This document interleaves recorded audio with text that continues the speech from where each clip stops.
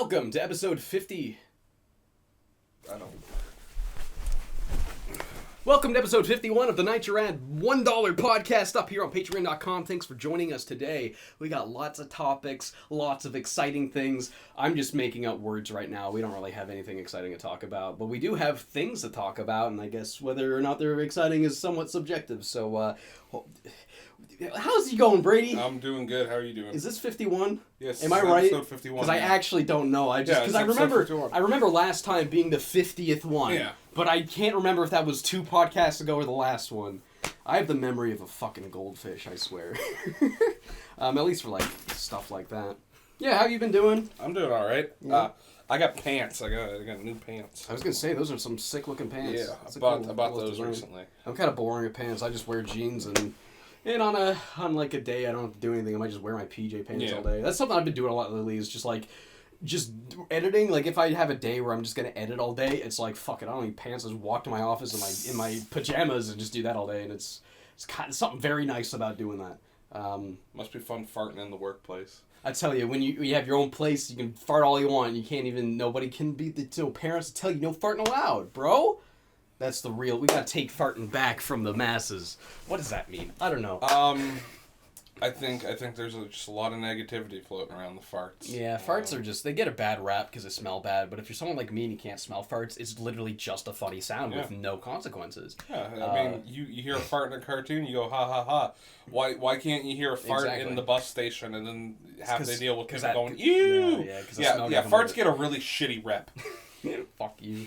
I actually, couldn't smell farts all my life because of my synesthesia. My fucking sense of smell is all fucked up, and I can only smell 8 things. And any naturally occurring foul odors, I can't smell. Even skunk and diarrhea, I just doesn't smell like anything. So when I was a kid, I didn't really get that. When I was in elementary school, I would just let it the fuck out. I would just all the time, and every kid would be like, "Ew, James farted." But to me, I actually just can't smell it. So I actually just internalize that as you're all just overreacting. It doesn't smell that bad. I can barely even smell it. I couldn't at all, but later in my life I found out I just actually can't smell farts, and I was just the stupid weirdo stinky kid. Great. Love it when your genes just make you into a weird man.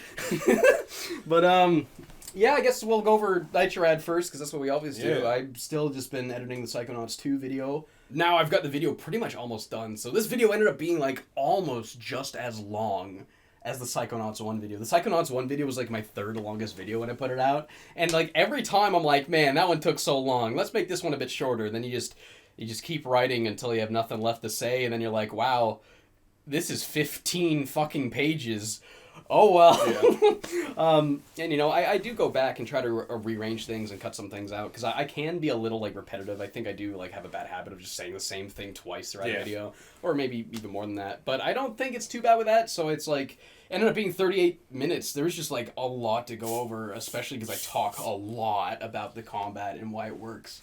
By the time you're watching this, it might even be out, because I'm probably going to have it done tonight. You almost just spilled that all over. Listen, I am literally bomb defusal when it comes to bottles. You're just that careful. That much experience. I'm just if I can feel it, you can feel it. You can feel bottle, the pressure a little bit. Where it's it's as soon as it reaches above your second finger, that's when you have to twist the cap. What if I hold it at the bottom though? My second finger. You're fucked. What if I hold it? You're not following protocol. That's the problem. But what if I want to hold my my Coca-Cola like this? Well, you're gonna have to also hold your Coca-Cola on your Dreamcast and on your PS2 and then your N64 and any other things that you don't want Coca-Cola on that isn't your gullet. I probably don't want Coca-Cola on my gullet because I don't really like Coca-Cola. Yeah, honestly, good. I used to love just dark pop. I used to love as a kid, but now I just don't really drink pop very much. But when I do, usually only drink Dr. Pepper. I'll have a small thing of Dr. Pepper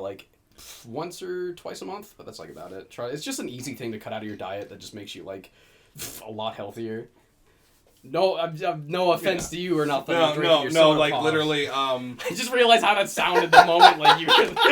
Listen, I've come to accept the fact that I have a caffeine addiction, and the easiest way I can do that is supply it through this. You can. It's actually a lot healthier to just drink coffee, Brady. Yeah, and see, that's the problem, is that I could sit there and drink coffee, but I also add cream to that, and cream has like a shit ton of fat. See, I am such a fucking utilitarian that I will brute force through any discomfort just to get to somewhere that I want. Yeah. So like, I literally just started drinking black coffee one day, and I hated it for 3 weeks until one day my taste buds changed, and now I like it. And it's just like, to me, it was worth it because I don't have any sugar or cream or nothing in my coffee anymore, and it's just. I used to be able to drink black coffee. There was like a little while there where I was like, oh, it's not a problem. You need but the thing is, like, if you're really used to having a lot of sweets, your palate will be more aimed towards sweets, and then because coffee's really bitter, so you have to have a palate that's kind of used to bitterness, and you can develop that pretty easy just by drinking black coffee like every day for a few weeks. But I don't know. It is one of those just like annoying ass things. But like I have no problem brute forcing your discomfort like that. Like if I just want to get there, I'll just do it. Same for like. Man, we could get milk today, but that'll make the groceries way heavier. We have to walk all the way home, and I'm just like, I don't fucking care. I don't want milk. Let the walk be miserable. I want milk today, and then the walk is fucking miserable. We're sore. Yeah. But then we have milk. Then we have 2 whole things of milk that made they're way heavier, but we have it. Now we don't have to wait till tomorrow to get another trip. So that's what I'm all about. I don't care about experiencing discomfort if it means that I kind of get the thing I want. See, I overwhelm myself with that. I gotta take it slow because if I overthink it, I'm just like, no, I'm fucking done. I give up. Yeah. So it's been a slow process, but I've been cutting soda out of my diet just because I'm like, I would like to wear clothes that actually fit me. You just feel a lot better too. You feel a lot better. You ever see that meme where when Piccolo absorbs Nail and he's like, I feel amazing. Yeah. It's like me after I stopped drinking pop and drink water every day instead. Yeah. That's literally how I felt. I also just hate like going into places like H&M. Yeah. And like you just see all the clothes there, and I'm just like, yeah, there's no way in fuck I'm gonna fit into that. You shouldn't. You shouldn't feel bad. Well, no, it's like. I would rather slim up a little bit and like just be able to pick out something really nice. Yeah. Than just like be like, oh well, I'm just gonna have to look at that. And that's cool. You ever just try walking? Oh yeah, I used to walk an hour. I would walk probably 5 hours a week. Yeah. Only 5 hours a week, like probably last year, because it's just like back when I lived at my parents' house, I was like walking frequently to like where I needed to be each day.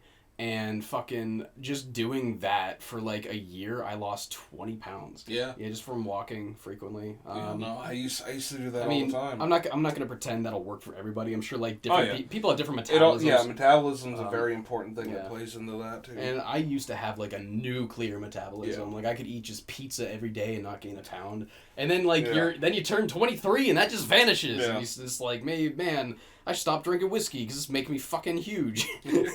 I used to, every day before school started, I would eat guzzle back the whiskey. Shit ton of I would drink a shit ton of Jack Daniels, and then I would ace my math test. That's how it works. I would try that, kids. I would eat like a shit ton of scrambled eggs, and then I would bolt down to the bus stop, and then get them proteins for the entire day. You're walking around school, and then if I had my free period at the end of the day, I would just be like, oh, I'm walking home. Fuck yeah. Get home 20 minutes before the bus shows up. So I'm like, cool. The thing is though, is when you're an adult and you have all these responsibilities, it's difficult to work that into your schedule because luckily I was able to do it just because I had to walk home from this thing 3 to 4 times a week, and that was just an hour 20 walk, and that just added up enough throughout the week that I was like, man, I'm keeping myself in good shape. And now I'm not walking as much because I'm always just at home. I work home. My girlfriend's here. If my friends want to hang out, I can invite them over here. So I'm not really going places as much. So I try to it's difficult to just be like, hey, let's just go for a walk just to walk. Yeah. That's so hard. We try to do that, but I noticed that I'm not I don't want to say I'm packing on weight again, but I'm definitely not in the spot I was when I was walking all the time. See, I would love to have just a treadmill so I could just do... I tried treadmills, but I couldn't do it. I could not make Yeah. myself do a treadmill because, like, you walk on a treadmill for 5 minutes and you just want to fucking stop. It's like, just get out of here. But if you're just walking to a place, you have a destination, it takes an hour to get there. You can't jump off the treadmill after getting discouraged after 20 minutes. So you have to keep going until you're there. Yeah. And that's kind of what works for me, is like kind of putting yourself in a position where that is the only option. You have to do that. Yeah. And also, it's just so boring walking on a treadmill. You walk from one part of town to another. You at least have stuff to walk by and look at. You get definitely a different scenic thing. But like, stop somewhere for food. If you can't get out, like, that's where I find it's really good.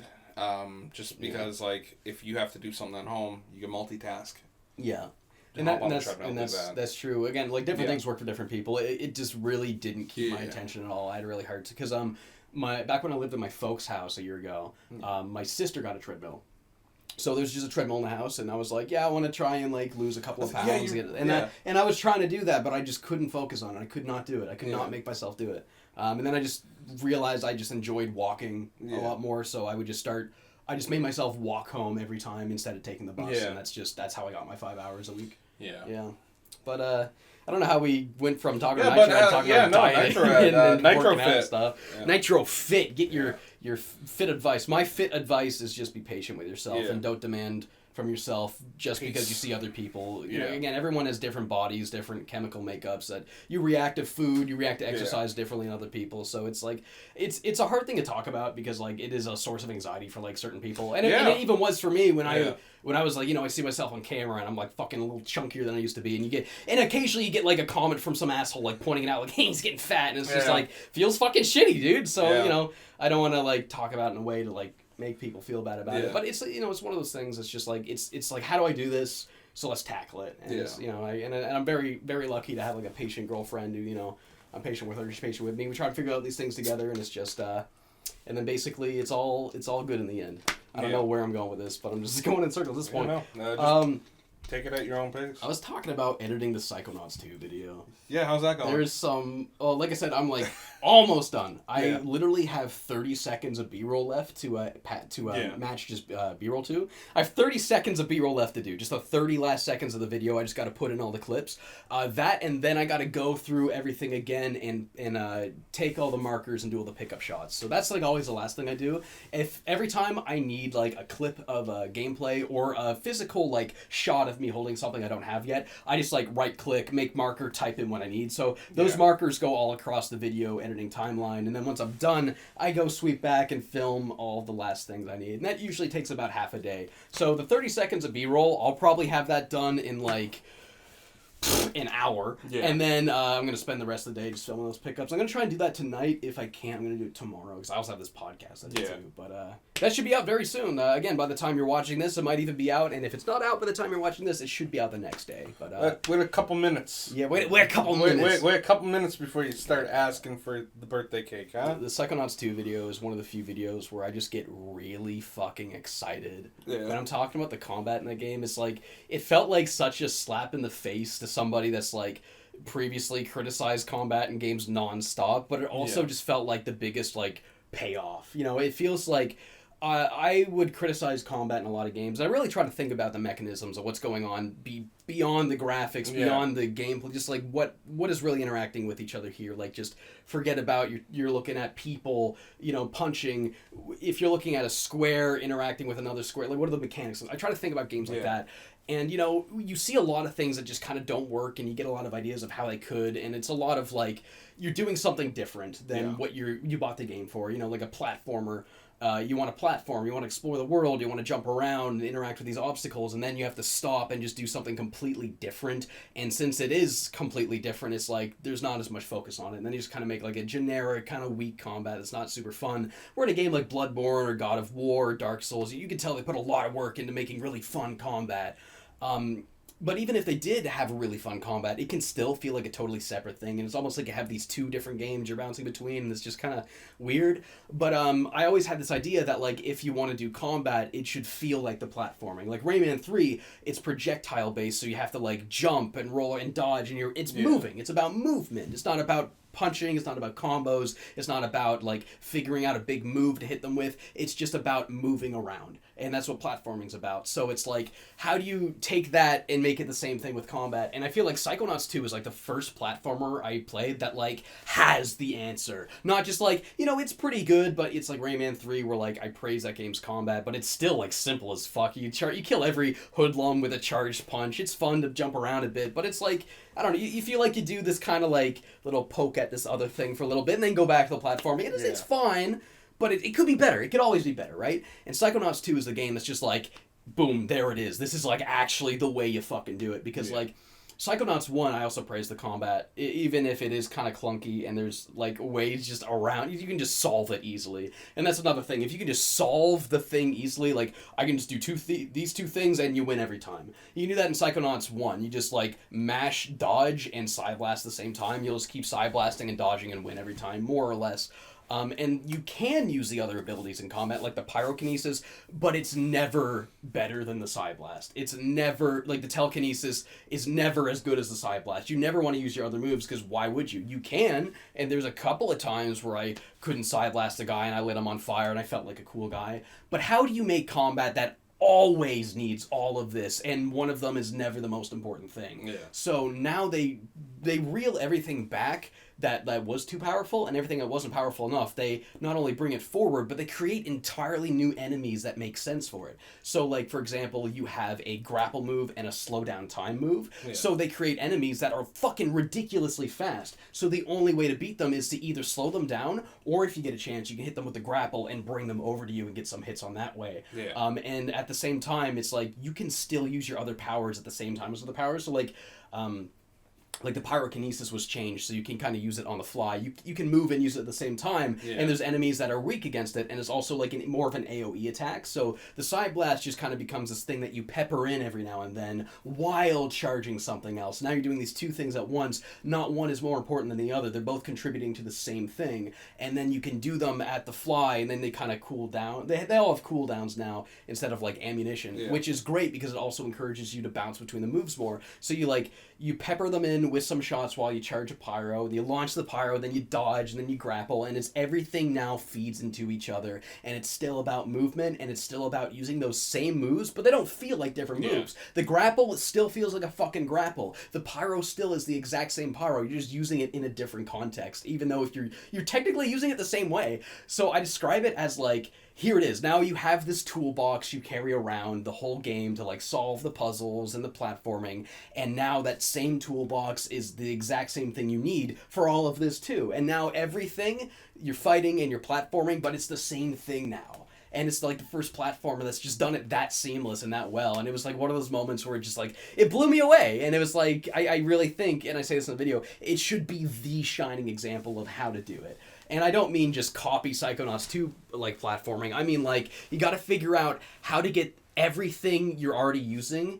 You got to get everything out of that while you're doing this other thing and make it feel like similar. So like, games like Rayman, I always thought were on the right track. There was kind of like my favorite way of doing it. And this just takes that way of doing it. And then it's like, okay, here's the extra step. And now it's like some of the most fun I've had in combat in any game, let alone just platformers. And it's like objectively the best combat I've played in any platformer game, other than like maybe games with like more focus on the combat. Like I talk about Ratchet and Clank, but it's like, is Ratchet and Clank really a platformer? Like, how much platforming do you really do in Ratchet and Clank? You might like... You do more grinding than you do. Yeah, you do more grinding. So. Like, the jumps are really simple. The point of the game isn't to platform. It's to go through a world and take it in and then fight a bunch of guys. And since the focus is on fighting, they made really good combat. But there's no real, like, super great platforming because you can't recontextualize all of those guns into a way to move around. So they just didn't. They just focused on the combat, and it's really a combat game. And they're good games, but it's not that I'm talking about, if that makes sense. But that was like one of my favorite things I've really gotten to pull apart since in like a while, because like, I love movesets. I like taking them apart, and when I talk about how they added a couple of things to the moveset, I also talk a lot about how that's just like, it makes the platforming really freeform. And I got Kevin to draw a couple of all the poses, and I put them together in different ways to try and like illustrate when like I do the movesets, to try and illustrate like how these things go together. When I did the Tai 2 video, I had a lot of comments say that they really liked how like I show these two poses coming off of, like, it comes off this one, then it comes this one. Then I rearrange those and show that they can actually both come off of the same thing also. And people, like, the way those images kind of moved, it just kind of made sense. So I try to do that sort of edit again, but I got a little more ambitious with it. So it, like, slowly zooms out as it, like, unveils each move, and it just, like, you create this big space. And since I zoom out, I was able to space the poses way further apart, kind of try and convey really the distance you go with these moves, and it zooms out each time and, like, a different... And I do that 3 times, and I feel like that was, like, a really good way of conveying, like, yeah, this is how you can do it differently by combining them in different ways to get around the, you know, it's that kind of Mario 64, like, tricky-dicky shit, where it's like, there isn't every platform you can't just double jump over. You need to make use of the different moves and in actually creative ways. And I think Psychonauts 2 is, like, halfway there with that, because while it does have a big moveset, the levels don't always really make the most out of it. And a lot of the times you got to use stuff like the wall jump. It's just kind of obvious you have to use a wall jump. Or like in a Mario game, I want to get up there. Maybe I can wall jump off that thing and then you can, and it felt like you figured it out. But if every time you have to wall jump, it's just 2 walls like this and it's obvious, I feel like...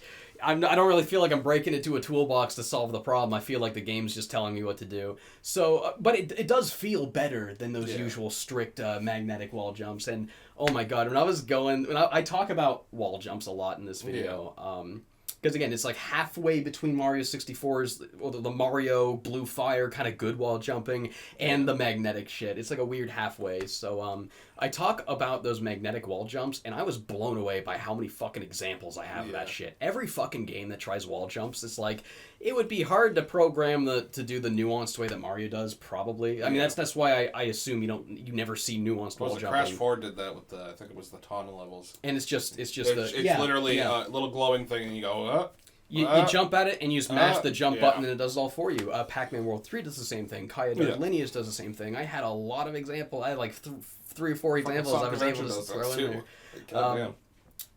So I guess sort of, but like, at least I wouldn't say that's like a wall jump. I think mechanically that is identical. You're smashing the button, but at least Sonic Adventure doesn't pretend it's a different mechanic. It doesn't pretend you're wall jumping when you're really going through magnetic points. So it puts the magnetic points all fucking over the place. So it becomes like a loop-de-loop. It's effortless, but at least you're looking at something really fun. You're like, it's visually pleasing. Where here it's just like, you're looking at the Mario 64 wall jump, but you're just hitting the button to do it, and you're not really doing it.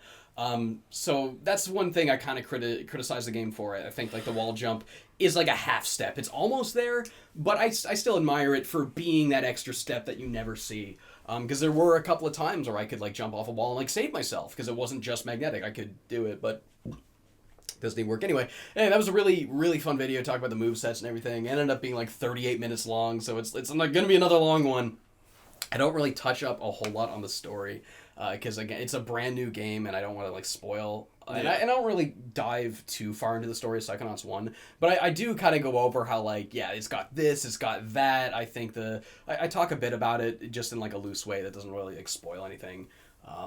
But man, that was a super cool video to make, and I am officially fucking sick of Psychonauts. I never want to look at it again. I don't want to think about Psychonauts until I'm doing my top 10 video, and I say it's the best game I played all year. So it's an amazing game, but it's like, doing these 2 back to back. I've been looking at nothing but Psychonauts for 2 months straight, and I am so ready to move on to the next thing, Kuon. Really excited to play Kuon. That's the horror game I'm reviewing this year. Yeah. I don't imagine you've ever heard of that. Dark Lineage? No, that's Kaya. That's Kaya Dark Lineage. I did that video. Kuon, it's like an old PS2 horror game by FromSoft.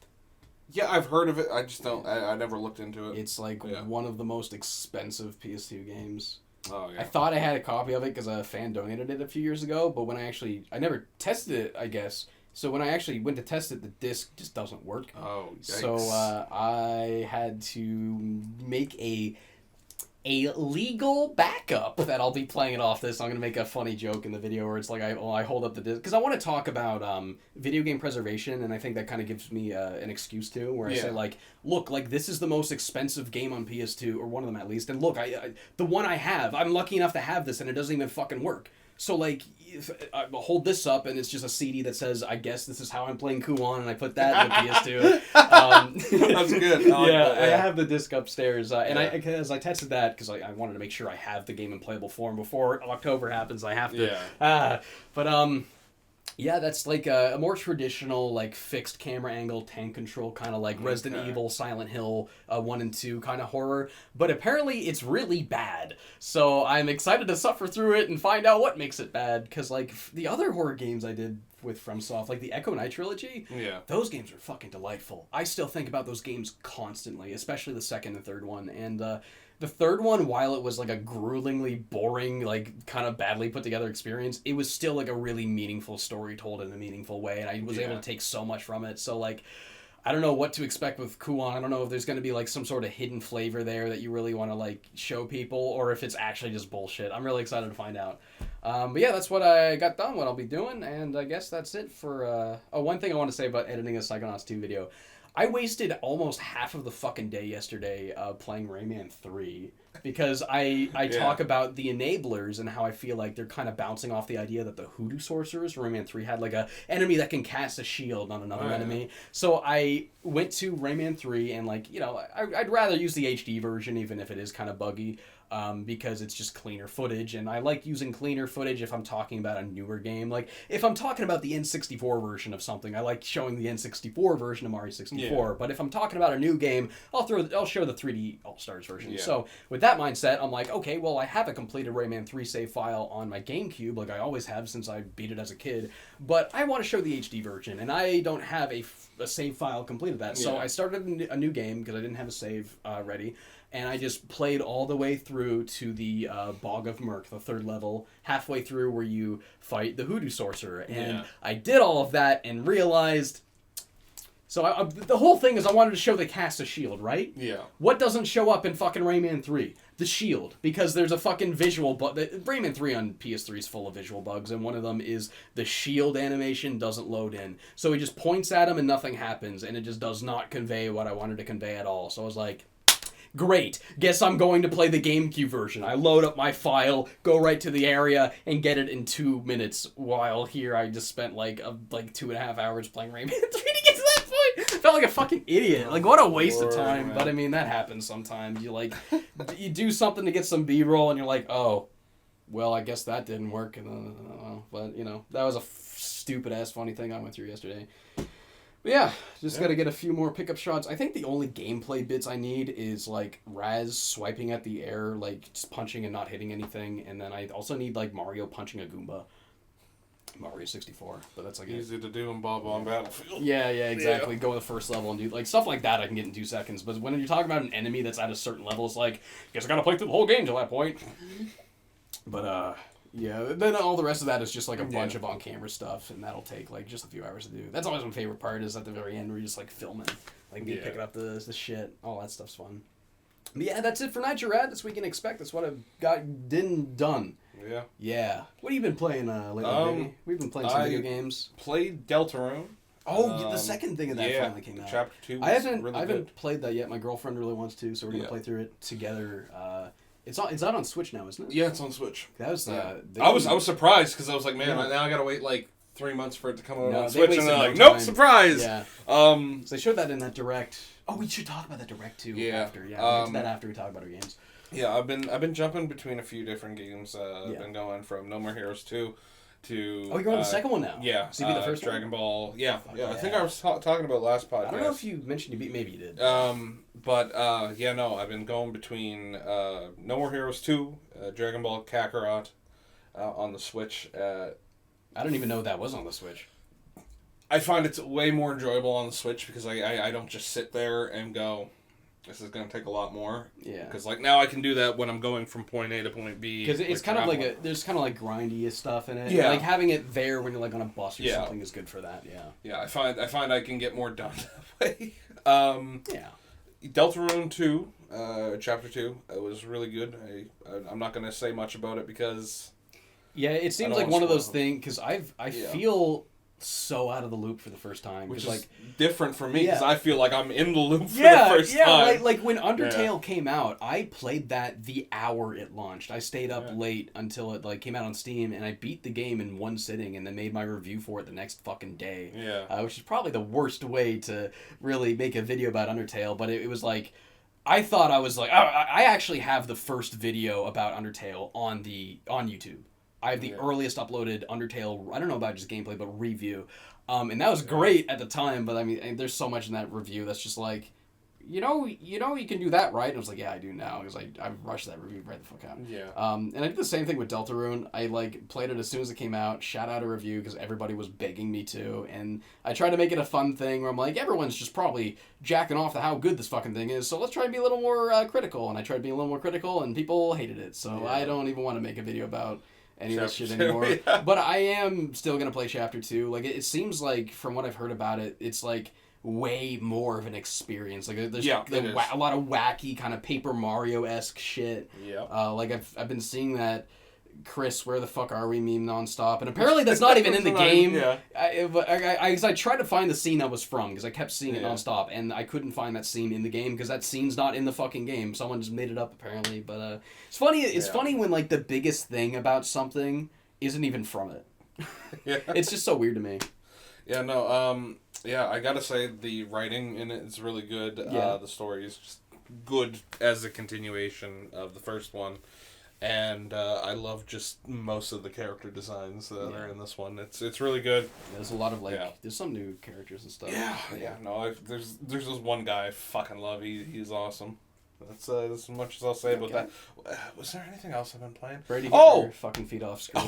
You don't want to end up on WikiFeet. Oh my god, really? I saw John Cartwright ended up on WikiFeet because he was like, he posted a picture of himself playing Ring Fit, and his bare feet happened to be in it. Imagine just being obsessed with someone's socked foot. Like, I'm like, bro. I don't think socked feet ever go on WikiFeet, but it's just like seeing feet on screen. I just feel so with anxiety. I'm like, don't fucking get me on WikiFeet. Don't get me on fucking WikiFeet. Burn that fucking place down. So, what else? I've been playing WarioWare. I almost said switch it up. That's what you've been wanting them to call it. I wanted to call it Switch It Up. Maybe it was too obvious a name, though.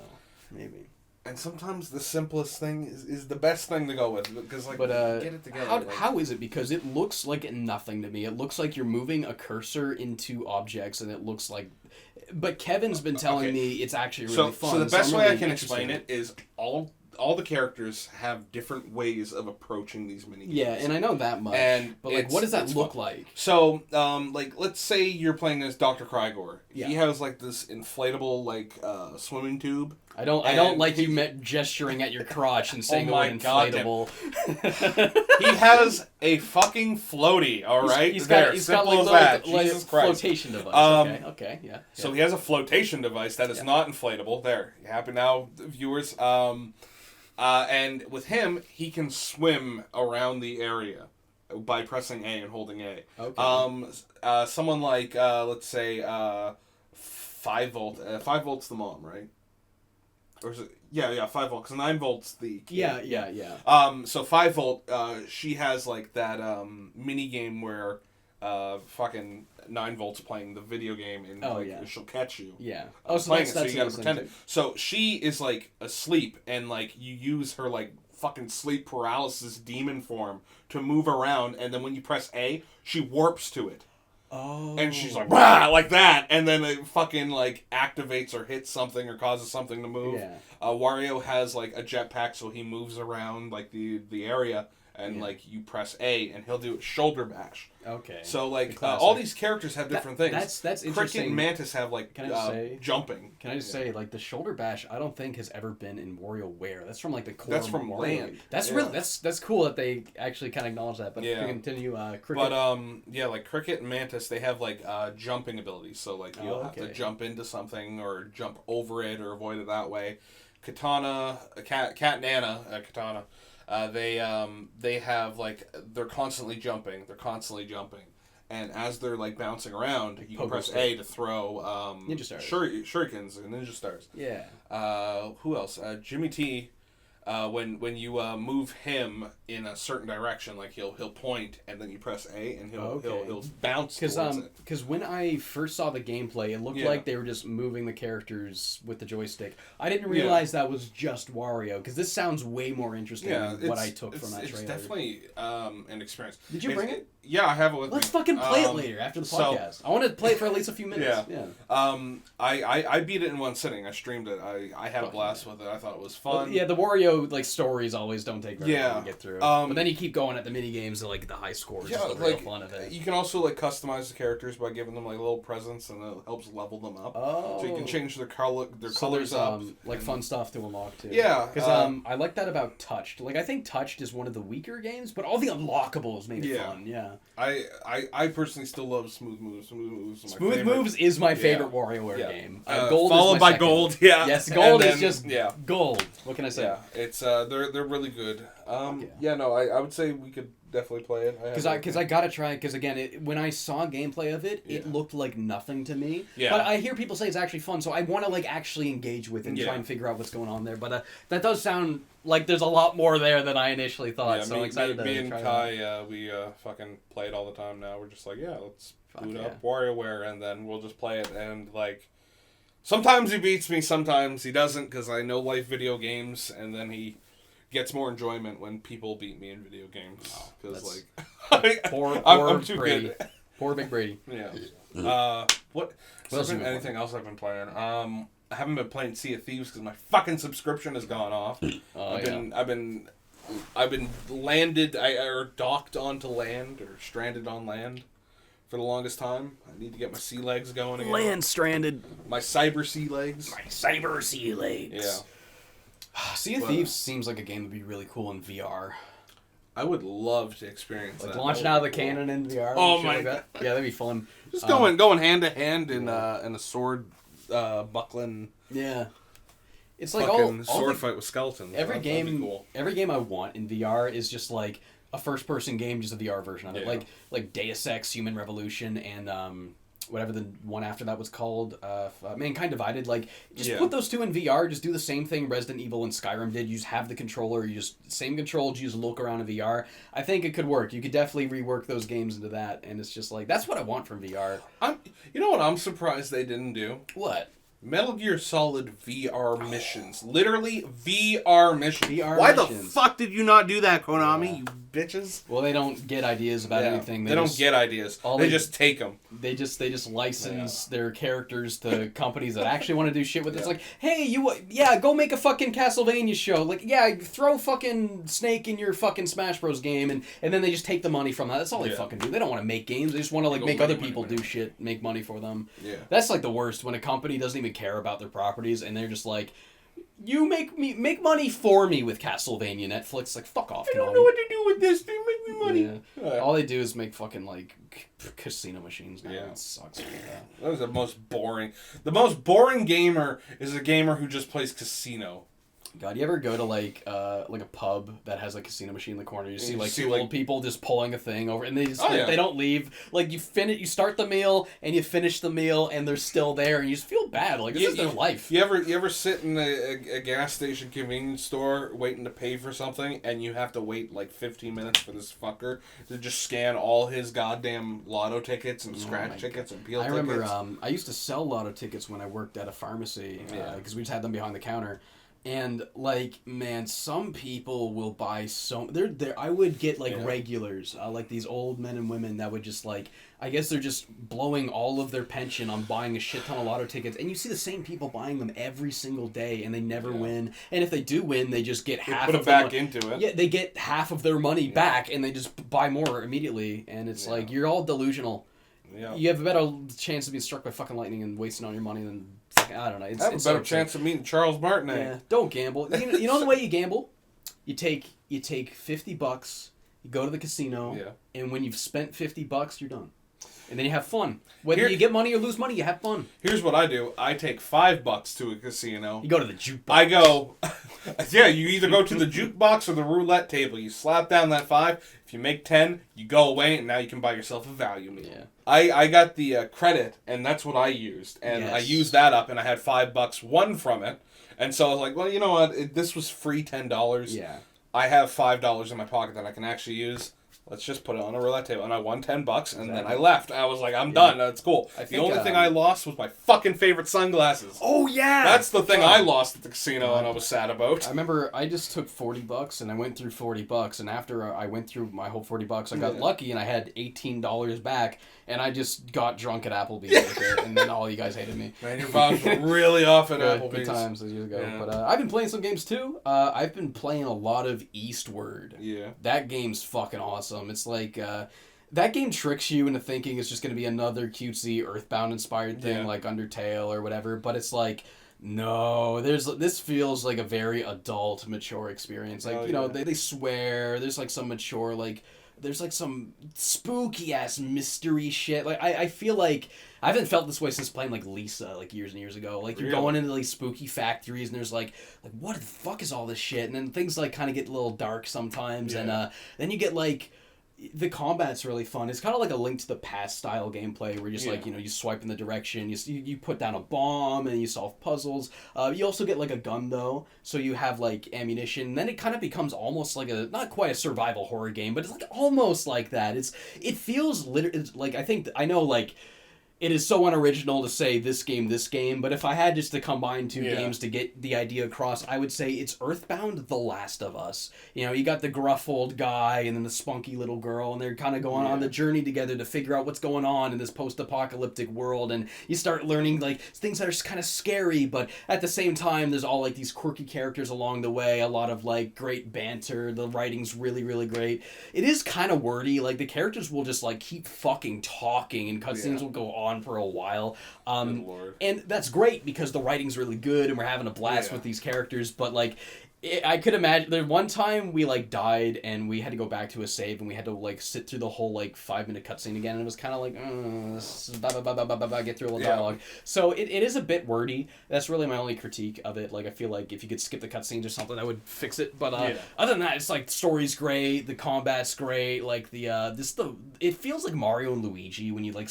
do the first one where you divide the brothers and you go between them and use their different abilities. Yeah, so like the girl has like this like magic ability. She can stun guys, she can like get rid of these plants, and she can do like a couple of things where the other guy is like a frying pan and bombs in the gun. So you can like put a bomb down and charge up your frying pan and hit the bomb across a river and then blow up a thing where she can go by, where she can shoot the stuff across and get rid of the stuff, and then you go by. And you're switching between and you pick whoever you want to play as, just normally like whoever you think is better for whatever combat situation, like whether you think stunning the enemies is better, or you can, you know, throw a bomb over there. But then there's times where you like divide them and go back and forth between them. So it's like, it almost feels like there's a bit of like those really fun ideas from that first two Mario Luigi games, you know, when you like divide the core brothers from the baby brothers, or the first one you just divide the brothers.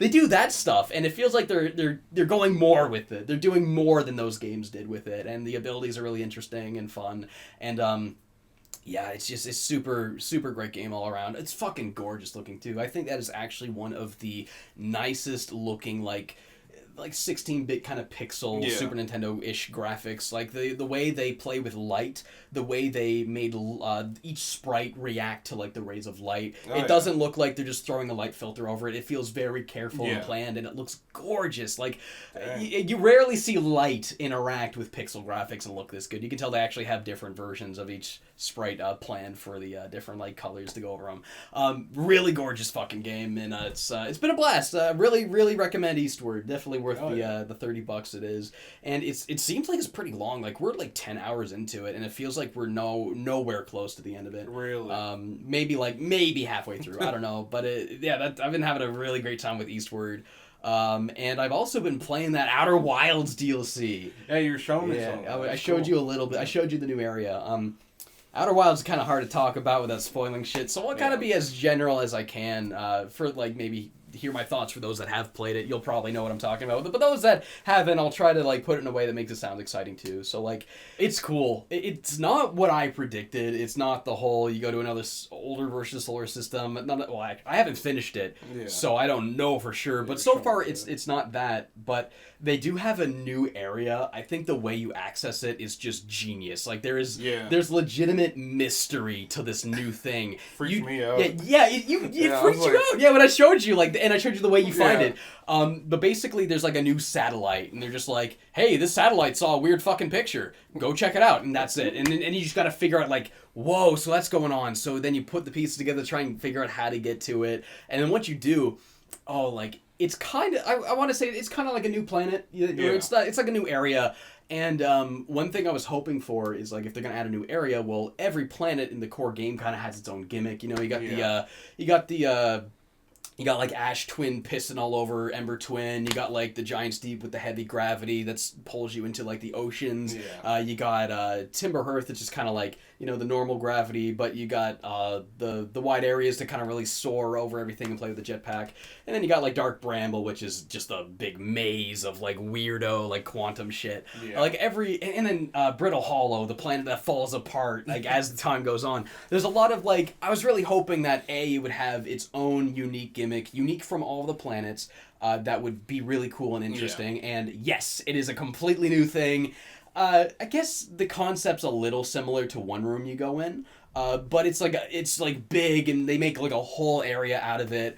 And I was hoping that they would have some sort of time mechanics. You know, like every planet you're on as time goes on throughout the 22 minutes, something might happen like on minute 8, or something might break on minute like 20, like right before the thing happens, or maybe like the sand level goes lower or higher the more you wait. It's like I was hoping they would have some sort of time thing, and they do have a couple of really exciting brand new ways of doing that. Like you hear it, and the first time it happens, like we were looking at it the first time it happened, so we were like, oh fuck and then but I can imagine like that would also be really fun for if anyone wasn't looking at it and then they're just like, what happened? Like I kind of wish that happened to us first, but like I'm excited to like look at the reactions of people seeing this big thing for the first time. And then there's a couple of there's also shortcuts. Was it something I was hoping, because like, you know, it takes forever to get all the way back to where you're going, but then you find a shortcut. It's like, oh, I can go through this ice cave and get up there way faster and skip all that. And it's like crazy. That's like these shortcuts are so well hidden that you just wouldn't find them on the surface of the planet. But as you're exploring, you naturally just come out that way. You're like, wait, I'm out here? Oh, I could just go right here. They have that again. There's like 2 or 3 different ways to get into the thing faster that you just get to find on your own and be like, oh, wait, I'm just right here. I can come in this way and skip. You know, they have those moments as well. It's like spooky too. Oh, yeah. This is really spooky. Outer Wilds is spooky as it is, especially like Dark Bramble, but this like really leans into that. There's like a lot of areas that are just completely darkness, and you see like these lights, you're going and you're like, what is this? Sheer fact of it just being the unknown is like... Yeah, especially in something as big as space. Especially like the way you get to the thing, that feeling of the unknown. I don't even know what's right in front of me. It's like... Yeah. And they do that a lot. You go in like these very like spooky dark areas, you got your flashlight, and it's like, ooh. And they really lean away from the main gameplay. You really don't use the ship much at all, and you don't really translate much text in this one. Yeah. So it's kind of like I kind of like that you're doing something different. There's like I don't want to say what you're doing different without spoiling it, but I do think it is like a little annoying. Like I went patiently through this sequence like 3 times and just kept dying at the end of it until I realized like, oh, maybe there is nothing in that room, and it is just to show you this, and I don't know, but I don't want to look it up to see if I'm right or not. So I'm just don't want to spoil it. Yeah. So there's like a couple of things that I think maybe take a bit too long if you don't know what you're doing, because you just keep throwing yourself at it over and over. But even that stuff, you find faster ways to do it. So it's not a huge complaint, but it's like one of those, I don't know, maybe inevitable things, or maybe they could have found a way to streamline it or something. But I don't know. I don't think it's as good as the main game. Like the mystery doesn't seem to be like as gargantuan. I don't know. Like again, I haven't solved the mystery yet. There's like, I'm really curious. I'm like, why are they there? You can tell they were trying to do this. I don't know why they were trying to do this. I know what they did. I don't know when they did it. There's also a time frame that I haven't figured out yet, and I'm really interested, like, when because, you know, there's, like, when the Nomai got there, then there's when you got there, and there's a lot of stuff in between and before, and it's just like, I don't know when this was. There's some clues to be like, okay, this is here, so it must have been after that thing, right? But we still can't really get a precise time frame yet, and we don't really know the motives for why they did this. Because we found like the spooky chamber where you're like, whoa, what is this? And then you see all the research they were doing, and we're like, okay, so they were making this thing, they were trying to do it, but why? And I have I have ideas. I think they were trying to like preserve something for maybe a little longer, or maybe like in the face of a dire event. I don't know. I still don't have a motive yet, and I'm really curious. I feel like there's still like that aha moment I haven't got to yet. Yeah. I played it all day yesterday, and I played a little bit today, but I feel like I've gone to every area in the DLC once each, but I'm just at a point where I'm like, okay, so what am I missing? Because there's like 3 combinations you need, and I haven't found any of the 3. Well, there's one like on the main map that I did do, and another one that we haven't done yet. So there's like 4 combination locks we haven't found the combinations for yet. So there's still a lot of exploring to do, a lot to find. But what we have found is like it's very, very mysterious, very curious. I'm very excited to see what this thing is, and I hope it kind of lives up to the original mystery. Because like the original mystery, when you solve it, it's like, but it kind of feels like it's not going to be, but even if it's not going to top the main game, it's still like really, really interesting. So I don't want to make it sound like it doesn't live up. It's just like, how could it, right? The main thing is like a perfect fit. But again, not at the end of it yet, so I can't say for certain, but I'm really excited to get there. I've been having a fucking blast with it. I think there's a little hiccups, but I do appreciate they're doing something different with it. And yeah, they leaned into some of the kind of spookiness that I kind of really liked from certain sections. So yeah. Probably more on the next podcast when I've completed it. Also, I played Bowser's Fury finally. Yes. Because you dropped that off last time. I've been meaning to message you about it, but I also know that you are constantly working. Busy fuck, yeah. And you're also with the girlfriend, so I'm like, I don't know when he's getting his game time in. Yeah, I ain't got time for so, shit. Like, I was fucking filming a music video for Brandon the other week. And then I had to get him over and do a whole day to like edit some shit. Damn. Thank fuck that doesn't have a date to do, because he's just an independent artist. So like Brandon Voyer, shout out, check him out. He's it's just his own things. There's no deadline, so we got poked through the footage a bit, and he's just gonna like probably come back in November or December. We'll finish it up. Hell yeah. But that was fucking fun. But yeah, I did get to play Bowser's Fury. I got probably about halfway through it. Yeah. There's a lot of really good ideas there, and it's really fun. But like, I don't know, there's some weirdness to it. Like going from Mario Odyssey back to like the 3D world moveset, except it doesn't have that pulled back angle. It has like the Mario Odyssey camera. Yeah. So it's like the sense of openness is amazing, and I love how they kind of redid Plessy to be a vehicle to get around faster. Yeah. Like that's genius, and I think that's really telling of what they're gonna do with the next Mario game. Like instead of Odyssey, you have a bunch of big maps. What if they just have one big seamless world, Breath of the Wild style? But how do you make that make sense in a Mario game? And this is kind of like, okay, here's a way we can maybe do it. And while it's fun and you're going to like each different thing, just kind of getting all the what is it, like moons? You're getting something. You're getting cat shines. Cat shines. That's what it is. I remember it was a shine something. Cat shines. You go around getting all the cat shines and just like kind of poking at each like landmass as much as you can. And you see like there's 5 to get here, but I only found 3. But 3's enough. So it's almost like that. You know, you get as much you can in Bob-omb Battlefield. Get as much you can in Noki Bay. Then you can move on. Yeah, it feels like that sort of thing, but like redone in a way that makes sense for an open world game. So a lot of really cool ideas there. I think it makes me really excited for what they're probably going to do with the next main Mario game. But there's some things that really hold it back for me. Again, like I don't really like the 3D world controls with the new camera. I feel like those controls and that kind of like looseness made sense when the camera's way up here. But now that you're down here, I'm trying to I just want to respond like as Mario Odyssey, but it doesn't quite respond the same way. It just feels weird. I do like that they added the dive though. Yeah. I thought that was a good addition. And I think the whole map just looks like nothing. Like I was saying to you that it's a 3D world. Yeah, it's 3D world with an Odyssey style of gameplay, but like it's doesn't have that like doesn't feel like a world like it did in Odyssey. It's not as lively in a sense. No, it just feels like a flat land with a bunch of rectangles. Yeah. Because that's all, I hate like the 2D New Super Mario Bros. / 3D World art style where the world is just built out of these big rectangular prisms with like grass on top, and it just looks like a video game ass fucking video game. They go, hey, you remember the blocks from Mario Bros. 3? Yeah. You like those, right? That's all you get. Building blocks. That's all you get. It feels like it's just like this baby Lego ass visual design, and I don't really, it just feels so homogenized and soulless. Like they're just doing doing the rectangle thing again when in a lot of other Mario games like Galaxy and Odyssey and Sunshine... 64 even. 64 yeah. even. They explore unique aesthetics that all feel unique. Yeah, environments that all feel different from one another. But now every environment, it just feels like it's being built out of those same blocks. Yeah, and it's just... I never connected to the environments in 3D World like the way the other ones did, but I felt like it was kind of fine in a linear game. Yeah. But when you're using that art style for an open world game, I can't tell or remember the different landmasses outside of their fucking color. Yeah, like, there's nothing memorable about them. It's just platforms. I literally go, I love this test map. It's I love this tech demo.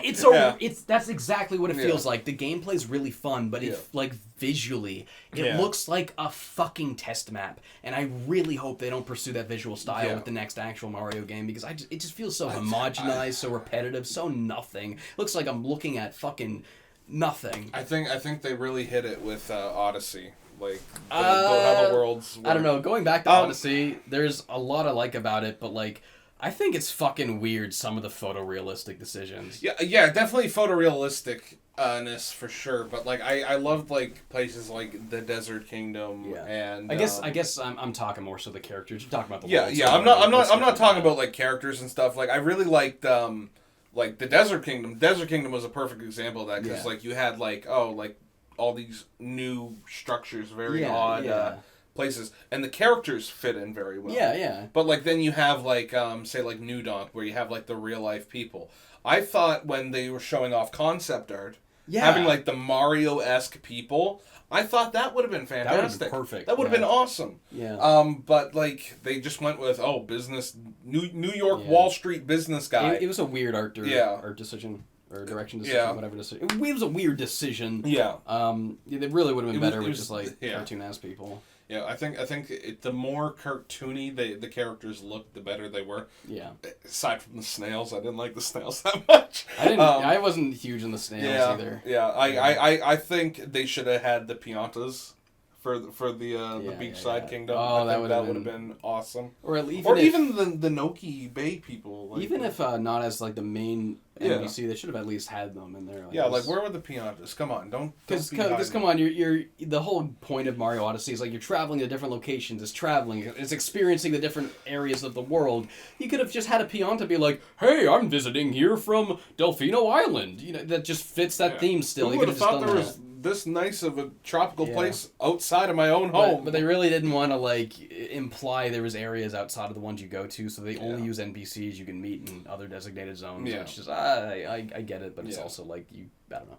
But that's basically how I think about Bowser's Fury. It's a very fun game, but artistically it is desperately lacking, and I hope they don't pursue that art style for or environment style or like the world visual design for the next I guess environment structure.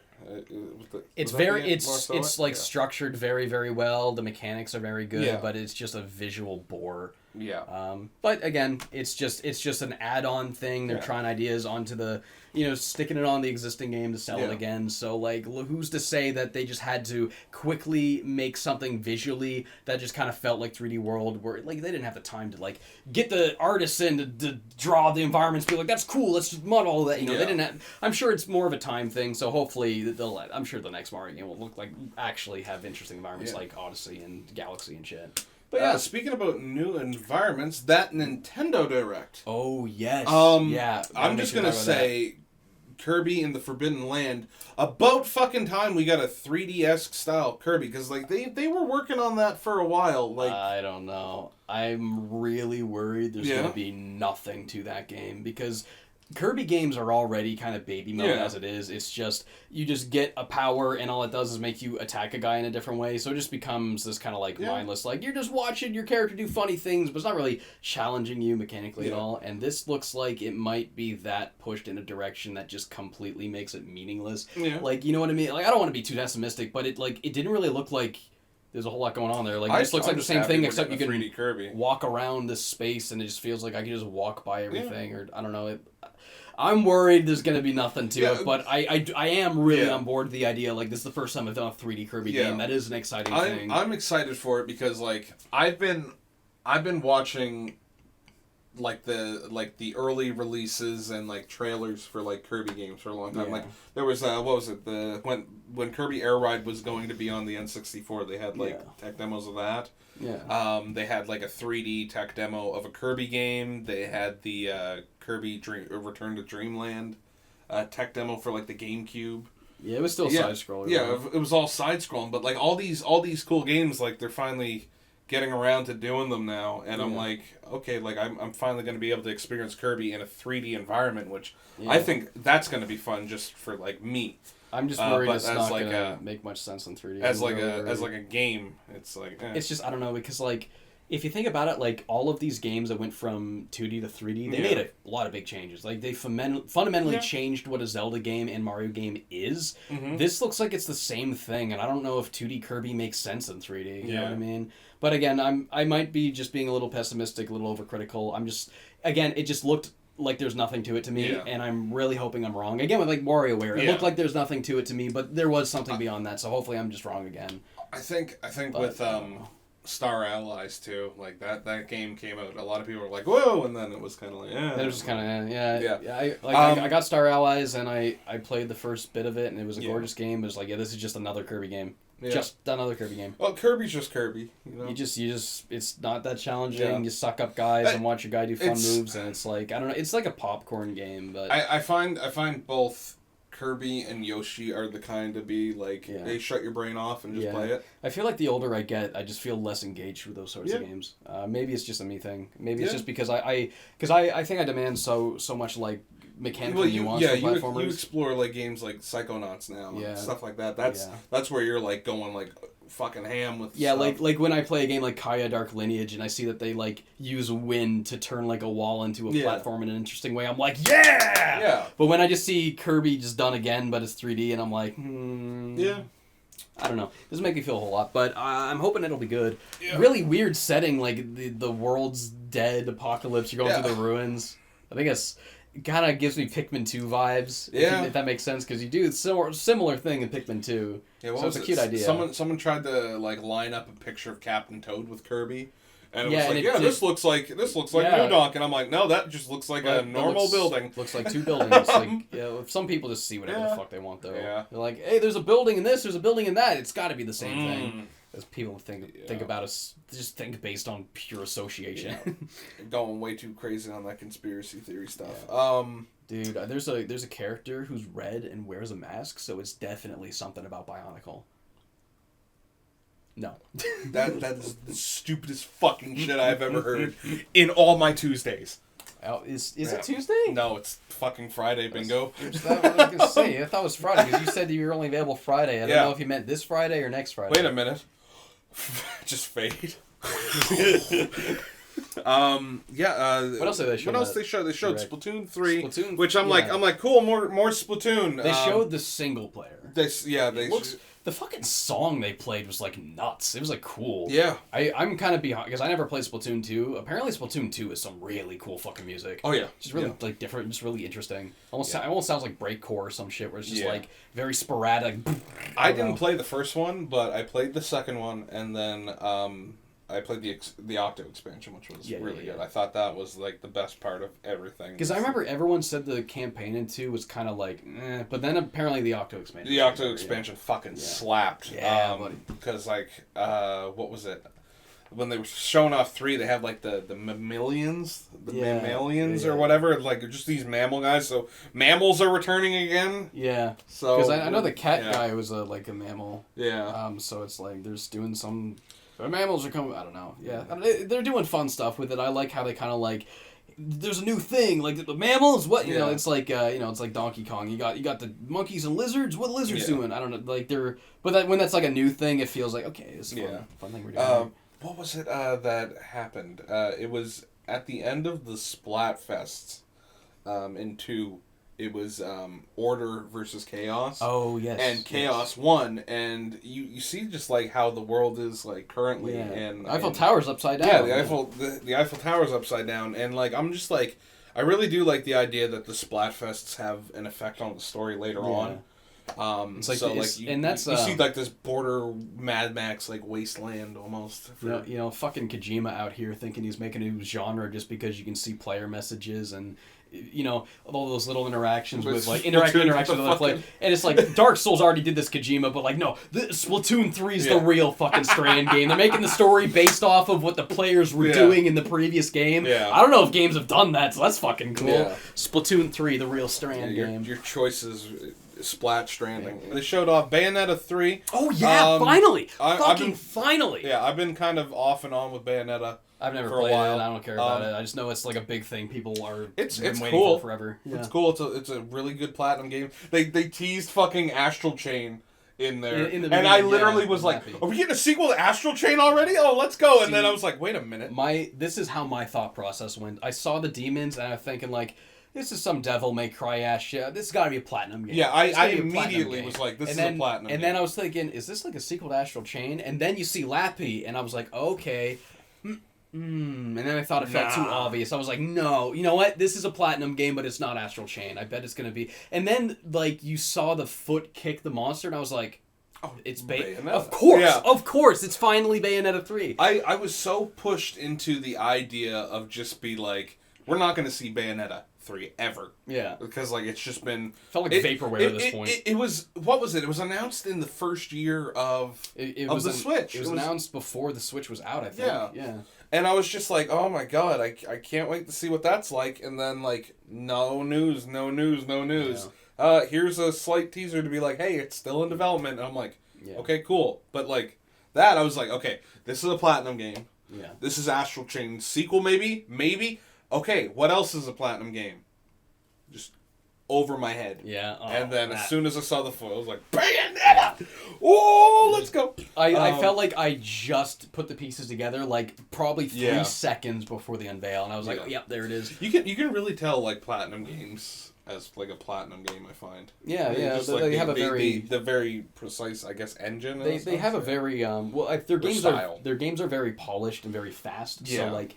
I feel like there's this, like, forwardness that just is completely, like, uninterrupted with a Platinum game. But that and, like, with them taking so long with Bayonetta 3, you know, Platinum Games, they produce a lot of software. They're a fairly sizable team, and they make multiple games at once, you know, in the way that, like, Insomniac does. Yeah. Especially when they got, like, close funding from Nintendo now. I'm sure they can afford to do that. But, like, Bayonetta taking this long, it feels like it makes sense, because, like, Bayonetta is the Platinum game. Yeah. Like, Bayonetta 1, Bayonetta 2, those are both incredibly well received. It's like people, I haven't played Bayonetta myself, but I hear people describe those games as like one of the best when it comes to like hack and slash, like this genre. This is the game that figures out how to do this in the most like kind of polished way. So like it feels like it's like their baby kind of thing. So they'll make a lot of their games. They'll make Astral Chain. They'll make this and that. But like Bayonetta feels like the thing that they're going to be working the most on. They got to take the most time with. Yeah, it's the chief of the Platinum. It's like it's their Master Chief. Yeah. It's their Mario. You know, it's their the studio defining series. I feel like so it's cool to see that they took their time on it and even got a new hairstyle. Thought that was cool. They did that for the second game. Makes sense. Do that for the third one. Switch it up a little bit. My favorite. What were you gonna say? Oh no, go ahead. I was gonna say my favorite story about Kamiya. One of them. Well, my favorite story about Kamiya is apparently he did like a youth focus test with Beautiful Joe back when he worked for Capcom still, and just to get feedback from children so they can maybe change the game. And they all were like, yeah, they don't like this about the character. They don't like that about the character, and they just basically didn't like the character Beautiful Joe at all. And Kamiya just got pissed and told them he's not changing anything. And this man goes, okay, let's do the test. Yeah. Okay, well, fuck them. I'm blocking those bitches. Like, fuck you. I'm not changing it. And another one of my favorite stories is I forget who it was. I think it was like a higher up, like it was a producer. It was somebody was like, come on, Kamiya, you gotta ditch the glasses on Bayonetta, like for the character design. And that was something he like fought with. He was like, fuck you, the glasses aren't fucking coming off. Fuck off. And I just like that because like.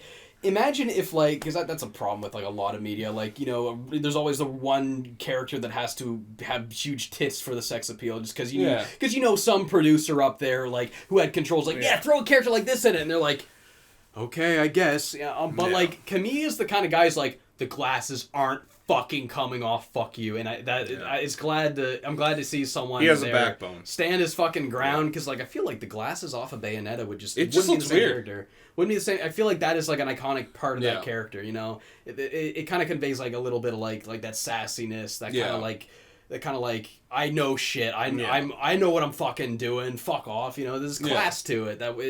And it's like a different kind of sexiness that kind of like benefits Bayonetta, where like just making her sexy for the sake of sexy doesn't make sense. You know, there's the producer sex appeal, then there's like, no, we're gonna make something cool. Give her the fucking glasses. You know, I feel like it's cool. You don't need boobs to look sexy. Exactly. You need glasses. Right? You know, it's like two things. It's like two things up there. It's like you know, it's the same thing. Oh wow, spectacles. They're cool. I see two nostrils. I just start getting a fucking. Anyway, this bit's gone into weird two directions. Ears. Woo! There's two dangling earlobes. I got two knees. Oh, fucking don't know. What else gonna N64 online? Oh yes. Wahoo! We finally get Mario 64 again. Well, we finally get Banjo on Nintendo. Yeah, no, I lost my shit that was, when Banjo got seeing Banjo on Nintendo again and in like an official form is like handheld. Amazing. Yeah, like because they got Banjo in Smash, because I feel like Banjo is a very important part in Nintendo history, because like it was a whole console defining game. You know, you think the N64, you think five things. You think Mario, you think Zelda, you think Star Fox, maybe Pokemon Snap, and you think fucking Banjo. Well, you think Banjo. If you look at the like a box for the N64, I'm pretty sure those are the characters that are literally plastered on the fucking box. Also, do you have the box I'll still I'll do one right now. No, it's upstairs in my living room. All right. Yeah. No. Okay. I need you to lean forward because the door's in the way. It's so cool out here. Hey guys, you want to see something fucked up? You want to see something really fucked up? Okay, here, watch this. Okay, so where the fuck do you go? What the fuck? That fucking scared me. What the fuck is that? So I have like one of the later models, because like I was born in '94, so by the time I was like of age to comprehend video games, I was like, it's probably 1998, 1999. So this is like a later print. So you get stuff like Perfect Dark on it. But yeah, Banjo's right there. You get Mario, Zelda, Kirby, Banjo right there. Like that was one of the biggest selling features of the N64. They don't even have Donkey Kong on it. No, that's crazy. But like, I don't think Donkey Kong 64 was out yet. Again, it's a later. That's true. Later box. You got Majora's Mask.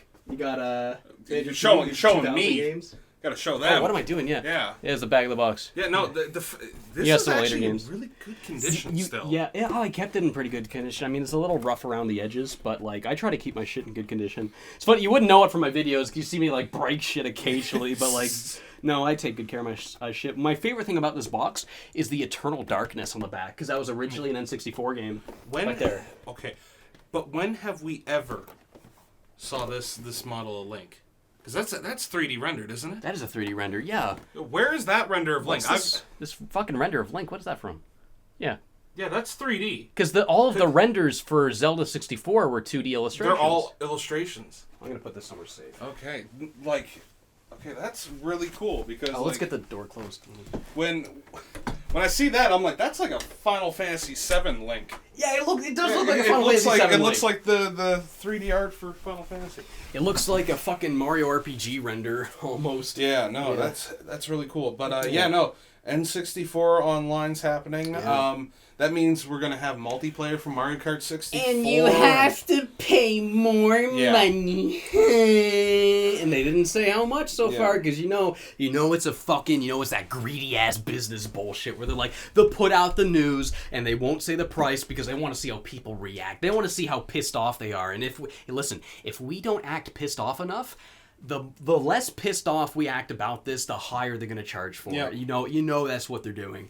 So that's kind of stupid. They have to pay fucking more for it. My mind is literally like, what? We paid $24.99 for a year. Yeah. I'm like, which I guess isn't much. It's not much, because if you look at Sony and Xbox, their memberships $70-$80 a year. They're about $70 for a year for Canadian at least. Now, my mindset goes, if they release, which I'm very doubtful, maybe they'll do Game Boy and Game Boy Advance before they even consider doing GameCube. They're doing Genesis. They're doing Genesis, yeah. So we got N64 and Genesis, which is really cool. However, like, if you're considering for, like, the next step after that, would they go with a $69.99 price? And this one be, like, $45.99? Is it like, if they keep adding more games, are they going to keep increasing the price? Yeah. That's a worrisome thought. Let's hope it's, like, a $10 increase, and that's it. I don't know. That's what I'm hoping, is it's, like, they're only going to increase by, like, $10. The thing is, like, I already have all of those games on N64 and other consoles as it is, so it's, like...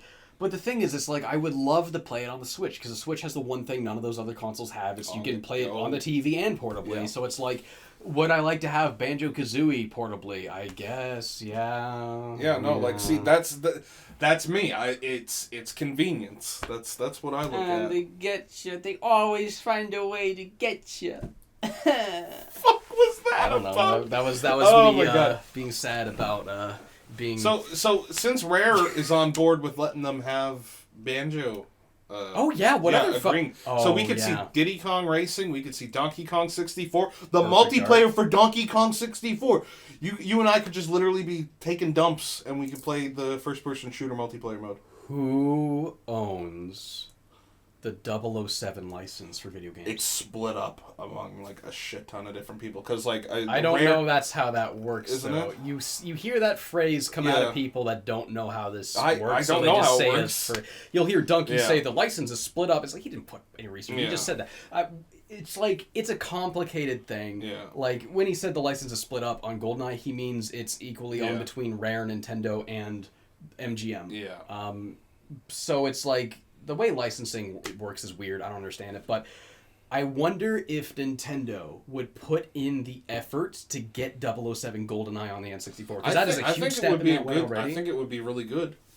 Like, I think the game kind of sucks, but it is iconic, and people would lose their shit over it. You know, like all these dudes in their early 30s, you know, who grew up playing split screen as a kid, they're gonna go nuts and buy it for buy the subscription, and especially with online play too. Yeah. 007 GoldenEye online on a Switch would be pretty wild. Yeah, no, if you could get most of Rare's games on there, like. Conker's I would love Conker. However, they're gonna have to have that age restriction. Nintendo has an age restriction. I don't think they would put an M-rated game on that app that is widely full of like G-rated software for the most part.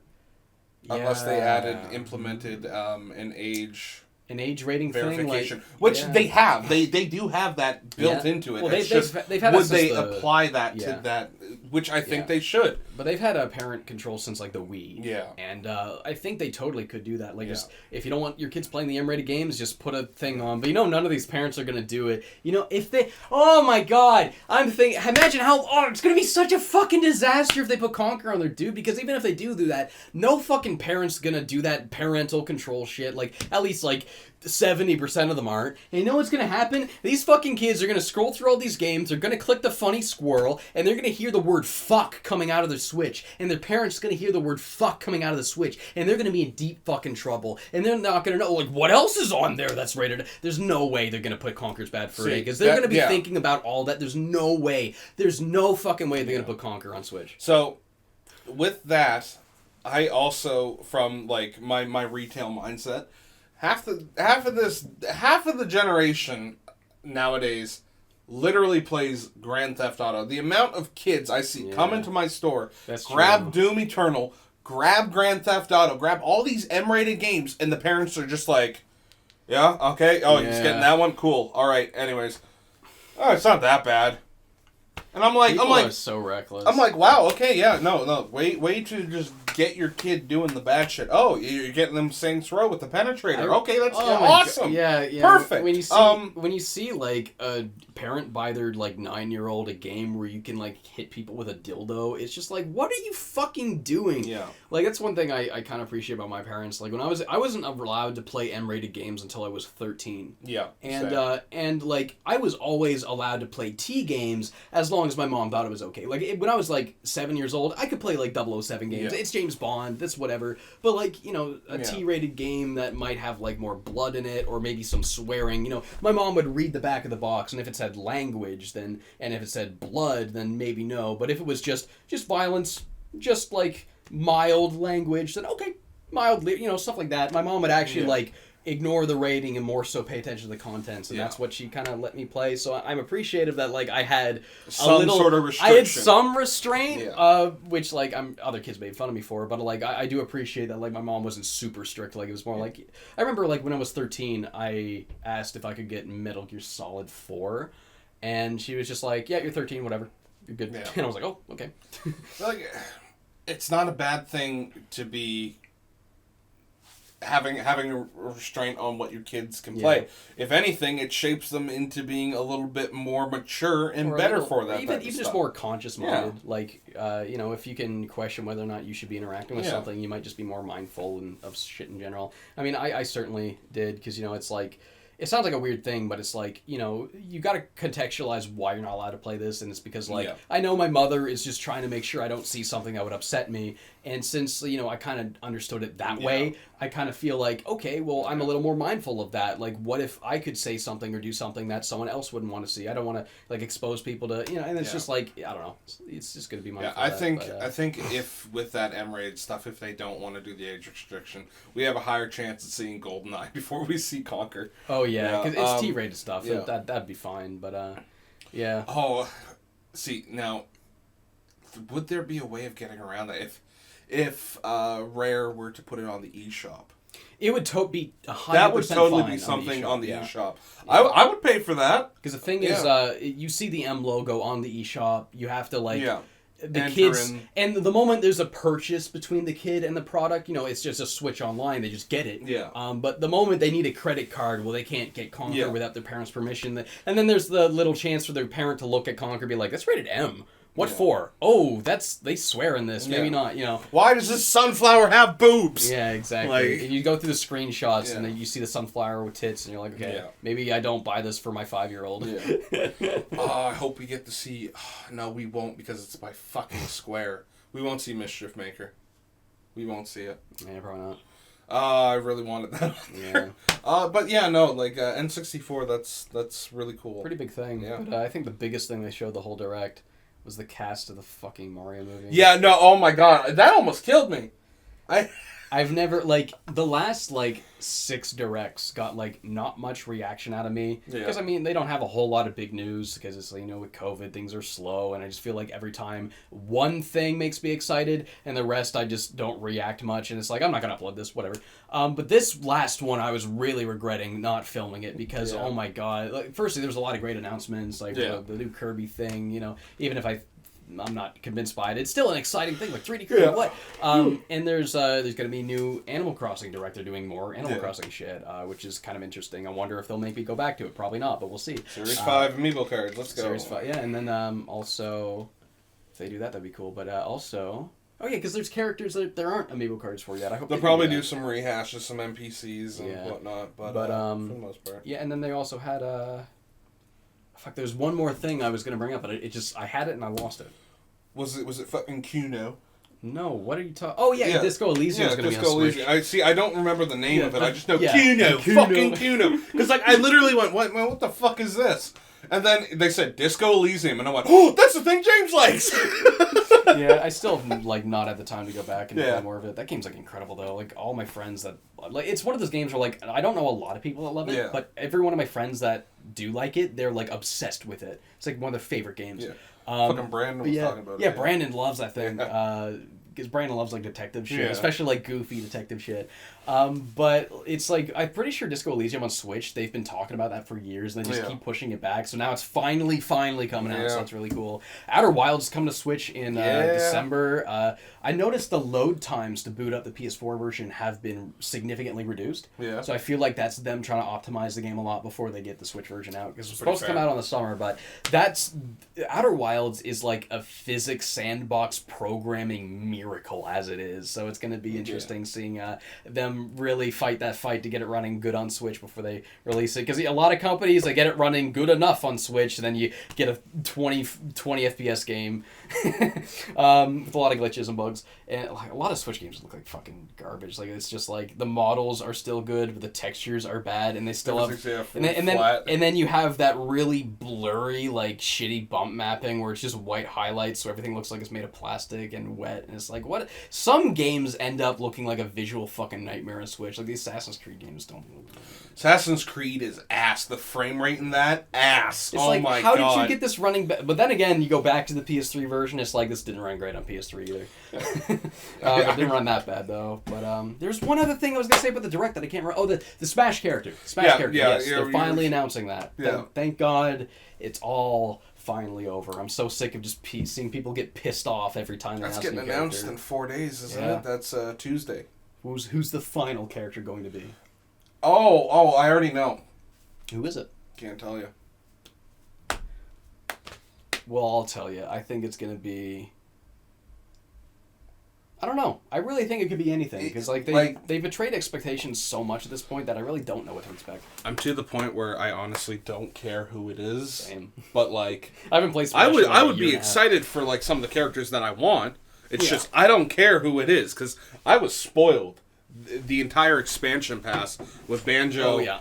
and Sephiroth and Min Min. Yeah, Min Min too, god damn it. As well as like even in the main game I got K. Rool and Snake. Yeah. Like Snake came back. So like there's not much I can really say to be like, oh, you need to be this guy or I'm gonna fucking riot. Like, I think I'm beyond that. if it's not Blinks, I'm officially done with Sony. Like, fuck this shit. You're officially done with Sony? So, I just said the wrong company name as a joke, I don't know.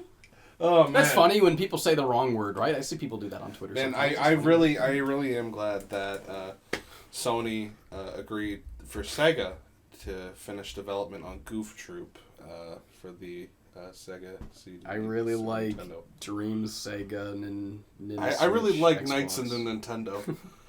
Knights in the fuck. Yeah. So hey, Screw Attack or whatever the fuck channel it is. When are we getting a death battle between Balan and Knights? Balan and like Balan Wonderworld? Yeah, is that his name? Yeah, is just Balan? Yeah, I guess Bland. Bland is the new character. Well, like Bland. God.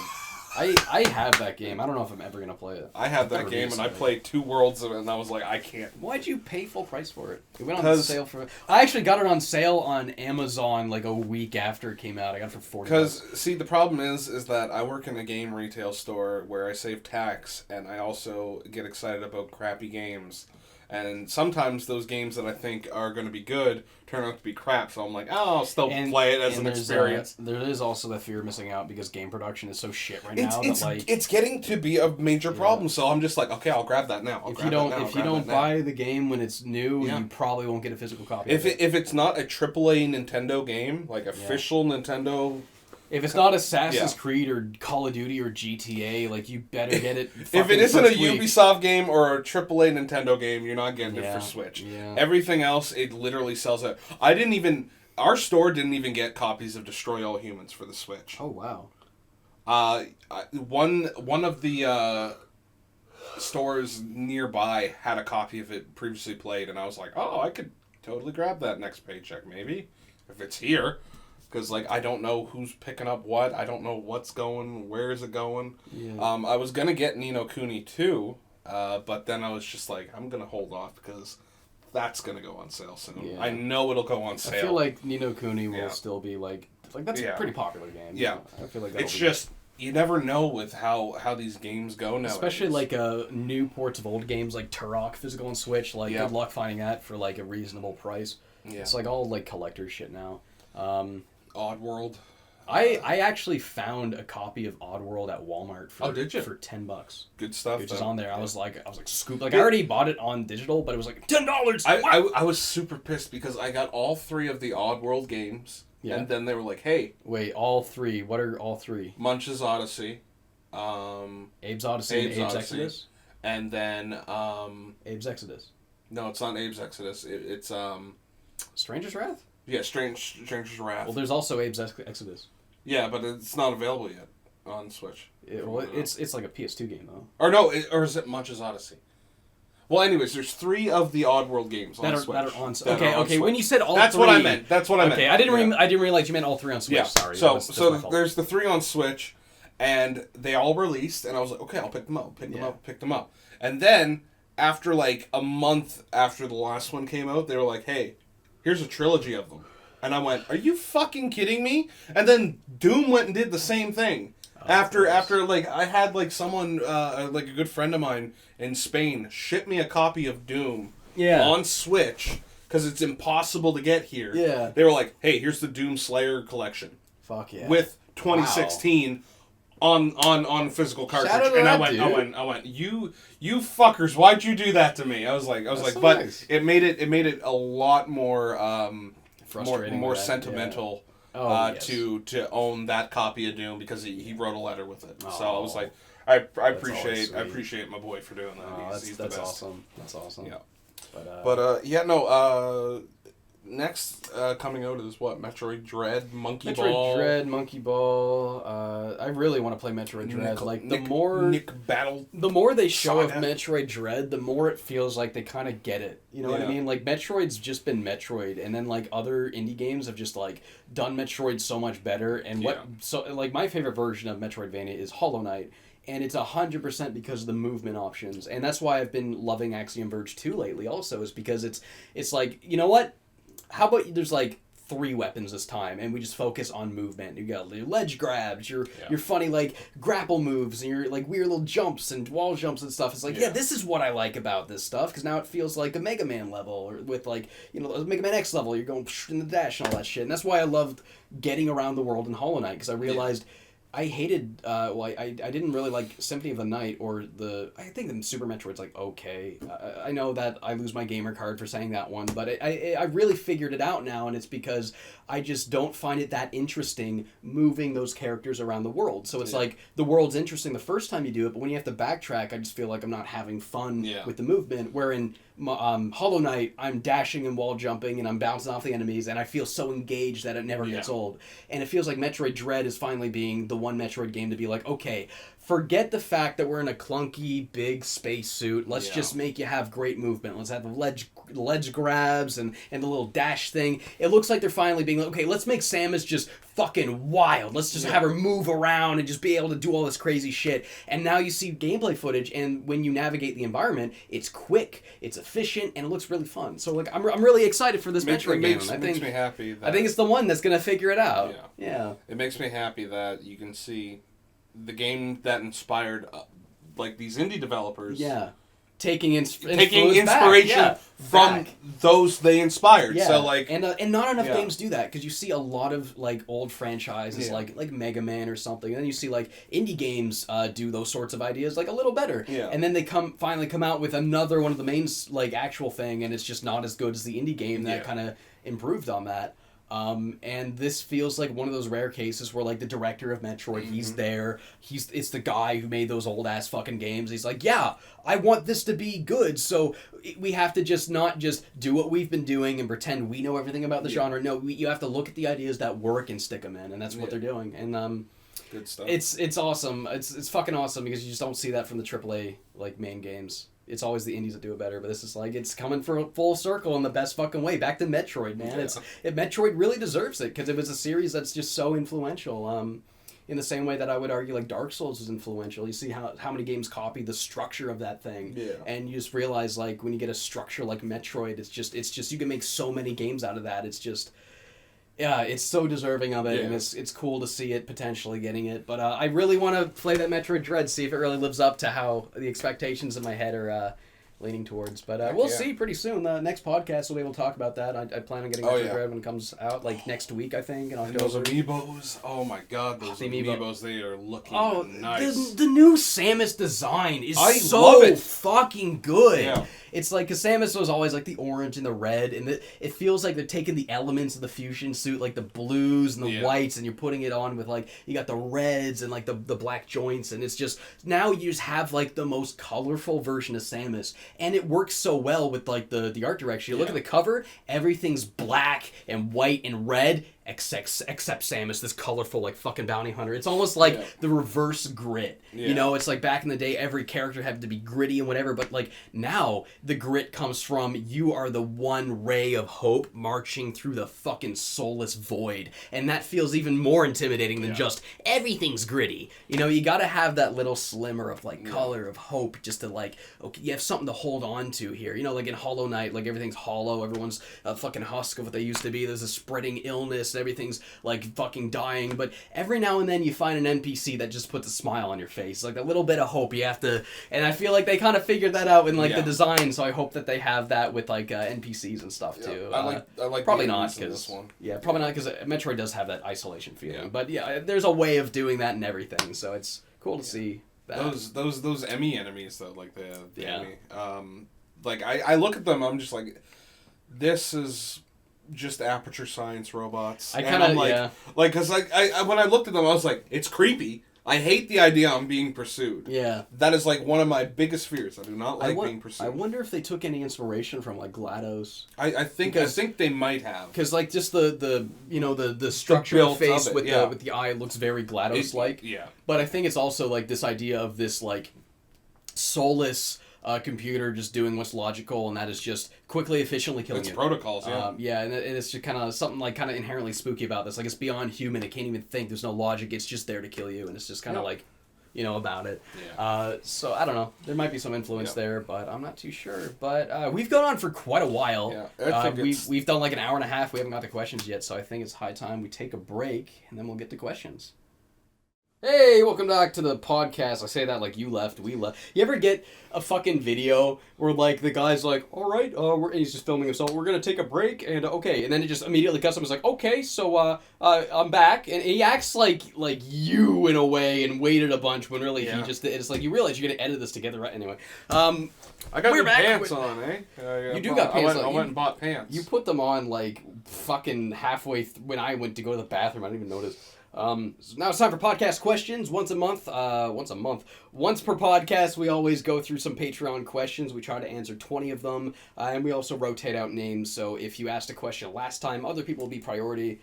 But we also do just kind of pick whatever questions. Yeah, we got a bunch of questions today. We're going to be answering some podcast questions. We got about 20 questions, 10 with each of us, and we try to swap them out, you know. I'm gonna fucking break your bones. I got a question. Got a question from Nodulus. What is one or some of your favorite game title screens? That's a cool question. Mega Man 2, absolute classic, just because it conveys a little bit of like the setting, and then you got the pan up with the music. Anything that's got like really iconic like emotion with like a music drop is really cool.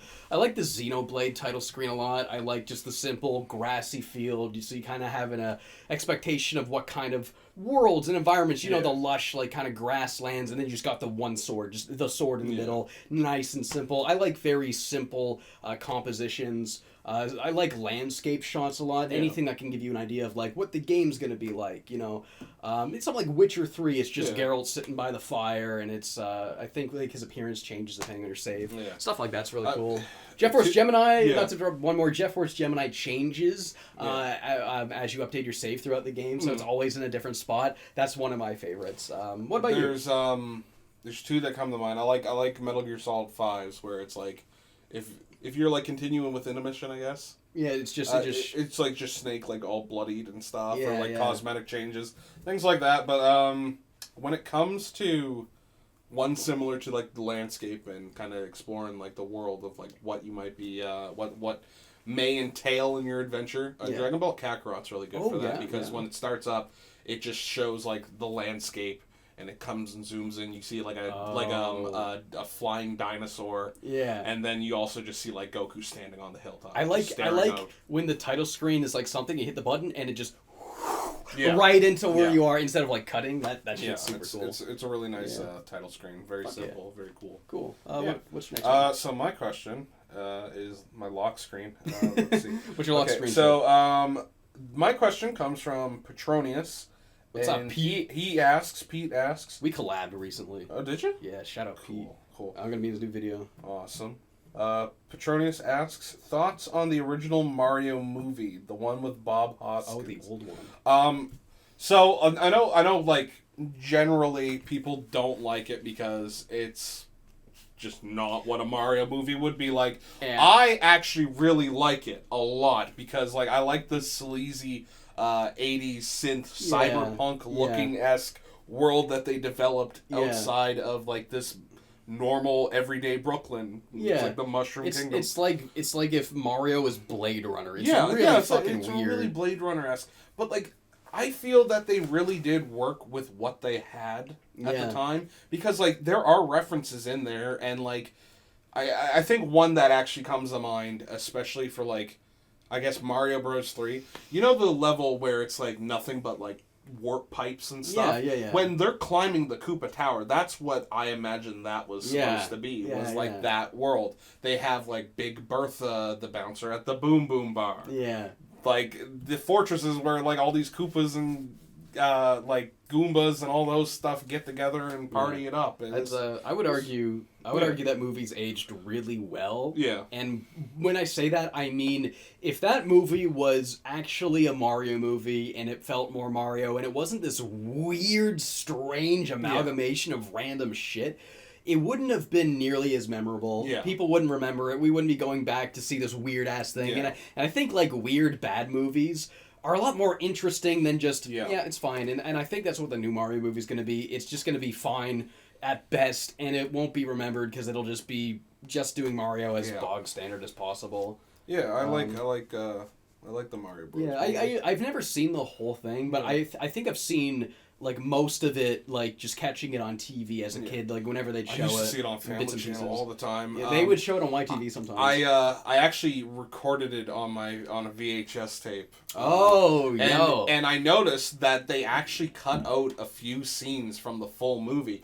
So when I grew up with it, I was watching the TV version, not the actual movie one. Interesting. Because there was like an extended ending to it. Yeah. About like I think it was Spike and Iggy, the two goons of Bowser. Yeah.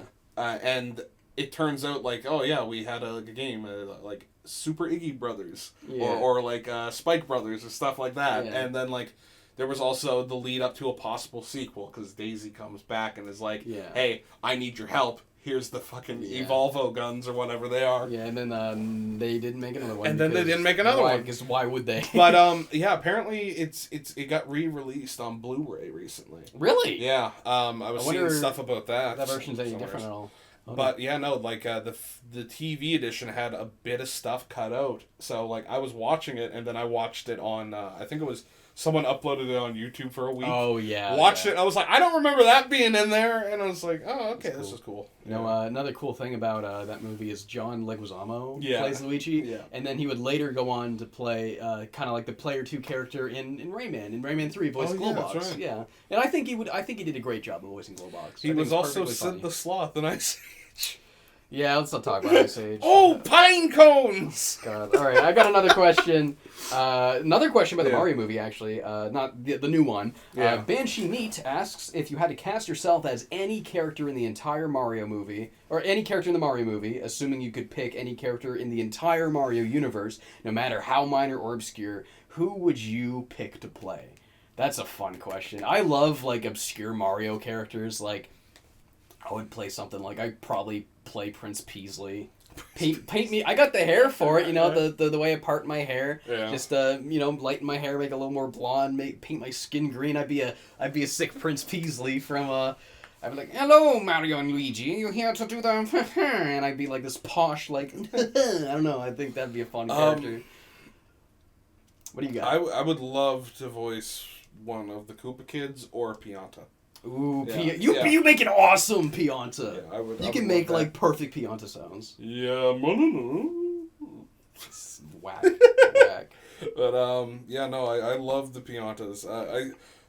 I love the line of like the police chief Piantas and be like, okay, you first job out to clean up all that ugliness. Yeah. And remember, we'll be watching you, pal. We'll know when you start jacking off. I like that said those two sentences live rent free in my head. And it scared the shit out of me as a kid because I was like, they know I'm slacking off. like I'll just have Mario sleeping there, and I'm like, I shouldn't be sitting here. They're watching. That's so fucking funny. but my brain could not process the fact that once you're like at a distance, they freeze. Yeah, like, yeah. I could be watching like one jumping in the air, being like angry, and he'd just get far enough away, and he's just frozen there. I remember like noticing stuff like that as a kid before like realizing it's for like. I thought my game was broken. Yeah. Yeah, but I would just like see it as like a weird like thing, and I would just be like, I can make the move. I go back and forth. It's weird. I wonder what does that, and then I would just kind of move on. And then it's cool like when you get older, and then you learn like how games are programmed a little bit. You're like, oh, this for optimization. You know. Why does Mario's face get clunky? Oh, yeah, that's because rendering distance. Yeah, cool. Exactly. Yeah. That's my question. That your was question. My question. What are you fucking talking about? Well, that's my question to your question, or my answer. That to was your answer to my question. He's James. I'm Brady. You're the camera. This is the cow. I don't know. Elbows in, elbows out. I don't know what I'm doing anymore. So this question comes from Bronson Ramos. And it says, Brady, if Nintendo gave... That's me. Brady, if Nintendo gave you a task to totally rebooting Donkey Kong... That's a thing made by Nintendo. But you had to convince everyone it was actually Hideo Kojima who rebooted it. What would you do with the franchise? What the fuck? Okay. I have an answer, but he asked you. So you should go. All right. So, So if it was me who did it, and I had to convince them it was Hideo Kojima. Yeah. How do you make a Donkey Kong a Kojima game? Oh God! At least perceptually, how do you convince people that? How do you go from a man who makes like 3D action espionage to monkey gotta collect the bananas? Well, what makes Kojima games like fun is like kind of the self-awareness of it, the kind of like third wall breaky-ishness. It would definitely have to be some of that third wall breaks. Yes. Some weirdo little more lore driven. Yeah. Just being like, the origins of the Kremlins, why they chose the Kong War. The War of Kongs, like the Funky Kong lost his tail in this, blah blah blah, this and that, like. Yeah, so you just like create like you just every like an hour there's just like a 20-minute cutscene of them dumping like Kong lore on you. And you have to, and if you there's like a bonus thing, you get 50 lives if you enter in the Kong Nami code. Oh, Kong Nami, there you go. That's it. I was gonna say just make Hideo Kojima. I was gonna say just make Donkey Kong Country a Strand game. So like, oh my God, you can just like at any time you can like pee on the ground and then somebody else will see your pee on the ground. It would definitely be like something like that. Like if you ran out of like coconut shell guns, you could fling Donkey Kong poop, Donkey Dong. Yeah, it would. Yeah, something just like that. Yeah, you need some sort of fecal matter in there. Make fucking Rambi shit on command. What is I'm thinking about that now. Like, what the fuck is with Kojima and like peeing and poop? He says pee pee poo poo. Because like it's in Death Stranding and that was like a thing, but then you remember like this is in Metal Gear Solid 4 and 3 and 2 and in 1. In every Metal Gear game, there's always a guy peeing at some point. And he can piss on you. Yeah, in 2, on you. Yeah, in 2 you can get shat on by birds. You can slip in bird poop. You can have a soldier pee on you for like 2 minutes. In the first straight. one, the wolves can piss on you. Yeah. And in 2, Kojima actually wanted the soldier to pull his pants down and poop on you too, but like his fucking programmers were like, no, I'm not fucking modeling that. I'm not fucking doing that, Kojima. No. But he's like, I want the soldier to poop on Raiden though. What is wrong with him? What? I would do the same thing. Who am I kidding? Yeah. I'd make a guy poop on Raiden. It'd be funny. This one is for you alongside it, James. Same question, but it's Sphinx and the Cursed Mummy. Oh, I see. Okay, well, I would just do the same thing, except, like, make Egyptian lore, like, the more you learn about, like, the ancient Egyptian mythology, the more you realize, the pyramids are actually, like, mechanical, like, tank things, like, so it would just be, like, it starts off as just, you're Egypt, it's the mythology and shit, but then you start seeing, like, mechs and shit coming out of it, and it would just turns to this, like, weird mecha, like, sci-fi shit would be cool. Like the Blade of Osiris would just, like, start shooting, like, fucking, like, electricity would unfold and have it be, like, a rail gun. You know what? It'd be sick, wouldn't it? Metal Galleon Rex would be like something K-Rool creates. Oh yeah, like the Metal Gear Galleon or the Gangplank Arsenal in a 64, like the big K-Rool. Yeah, like that, but some Metal Gear, like Arsenal Gear. Yeah, make it like a big Arsenal Gear thing, and then you can also turn Kong Island into a big rock robot monkey. Yeah, fuck yeah, that'd be sick. But I got another one from Eric Fronek. Great question. I don't know how to... Anyway, with as much time as you spend in front of the camera, have you considered taking some acting classes and trying to be a TV movie actor? Not really. I don't really care about doing that or want to do that. And like that would also be like I'd have to take time away from what earns me money to do that. I don't know. I'm not really like huge into being an actor. Like I like being in front of a camera, being goofy. I don't know if I'd like interested in acting. I would only like to be on the Trailer Park Boys, to be honest. You don't need really much experience with it. It's just you just got to be crazy enough. You just got to have that like skeet energy. aura, that Nova Scotia skeet aura. Yeah, I could probably be like a bystander in the background, being like, "Hey, fuck you, Ricky." Yeah, let me take acting classes to learn how to be a bystander. Yeah, I could just be like, "I gotta learn how to bystand, guys." I'd just be like, gotta look horrified in the background. It's like guns are getting whipped out. But short answer, nah, not really interested in it. But thank you for the question. Okay, so my question comes from Eric Shaleko. They say, "Howdy, hey, Brady and Jimbo." Who's Jimbo? Jimbo, that's my alter ego that nobody except me knows about. Well, I knew about that because I asked them who Jimbo was. Anyway, I don't know. I'm trying to do a bit. Am I funny? Was Jimbo, that funny? Jimbo Limbo. I'm trying to this new thing called comedy, and I'm I'm a little. We're kind of working. Please understand, we are working very, very hard to become comedians. Yeah. So Eric Shaleko says, "Howdy, hey, Brady and Jimbo." Who's Jimbo? That's something I'm doing nowadays. It's just like I'm just in a time loop. I just time loop myself. That's an old joke I used to like doing. Is like when you just, there's this game called Comedy Night. It sucks. You just get rooms full of people that just say like Racist, profanity and bullshit. shit, But if you back when you could get a room full of like actually funny people, what I would do is like someone would go up and tell a joke and nobody would laugh, and then I would go up and tell the exact same joke, syllable for fucking syllable, inflection for inflection. And everyone would lose their minds. I love doing that. Just there's something about like. Hearing it the second time. Facetious repetition is really funny to me. Yeah. So they ask, what's a hobby of yours that you'd like to chat about aside from gaming? Well, I really like gaming. I don't know. Like I guess it is still considered gaming. I like sculpting and doing like modeling and stuff. I mean, it's still related. Like anime. Amiibos and stuff. What you're doing is game characters, but that's not game. That's a thing. Yeah. So like I do like doing like customs for the Amiibos. That's like one of my big hobbies. Yeah. We've shown them off in the podcast a few times. Yeah. But for like, I guess aside from that, like I do like doing urban exploration. I don't get to do it often, but yeah.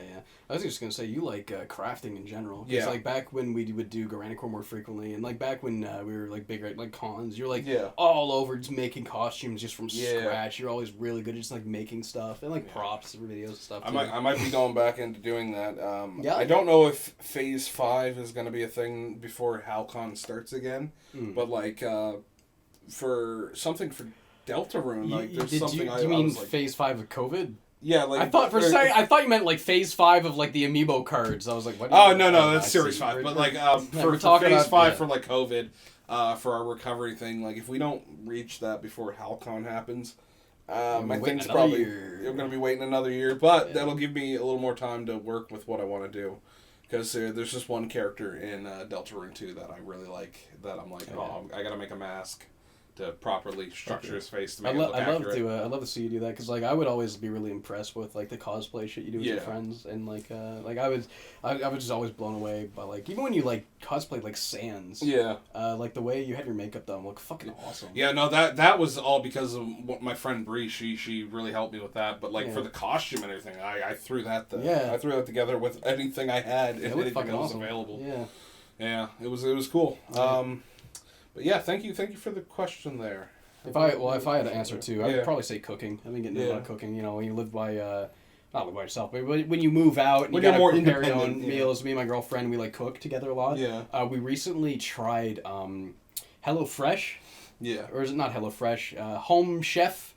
Chef's Home, something like that. It's one of those, like, you do the first one because you get, like, so much money off, and then you do the second one when you, like, threaten to switch to another one, then they give you another free one, and then, so we don't like spending too much money because we gotta, like, budget, and shit, but, like, we were able to get a couple of cheap, like, first starter items with that, for a really good price. So they just send you a box with all the ingredients you need, and you just make it, and, like, we've just been, like, making restaurant-quality meals. And we kind of learn how to do it, too. It's like, oh, so when you put this stuff in it, that's what makes That's why they turn the soft, zing. and then it becomes like a stew, and you kind of get it. Yeah. So we want to try to like just go to the store and just pick out ingredients ourselves and start cooking. Yeah. Cooking's fucking easy. It's so much easier than you realize. You also realize that my parents just like always didn't really know how to cook vegetables. Like throw it in a pot and boil it, and that's it. You got to do shit to it and make it like flavorful. Saute. Yeah, and You it's gotta like, get and we've been doing that sauteed. shit, and we're making like fucking awesome food.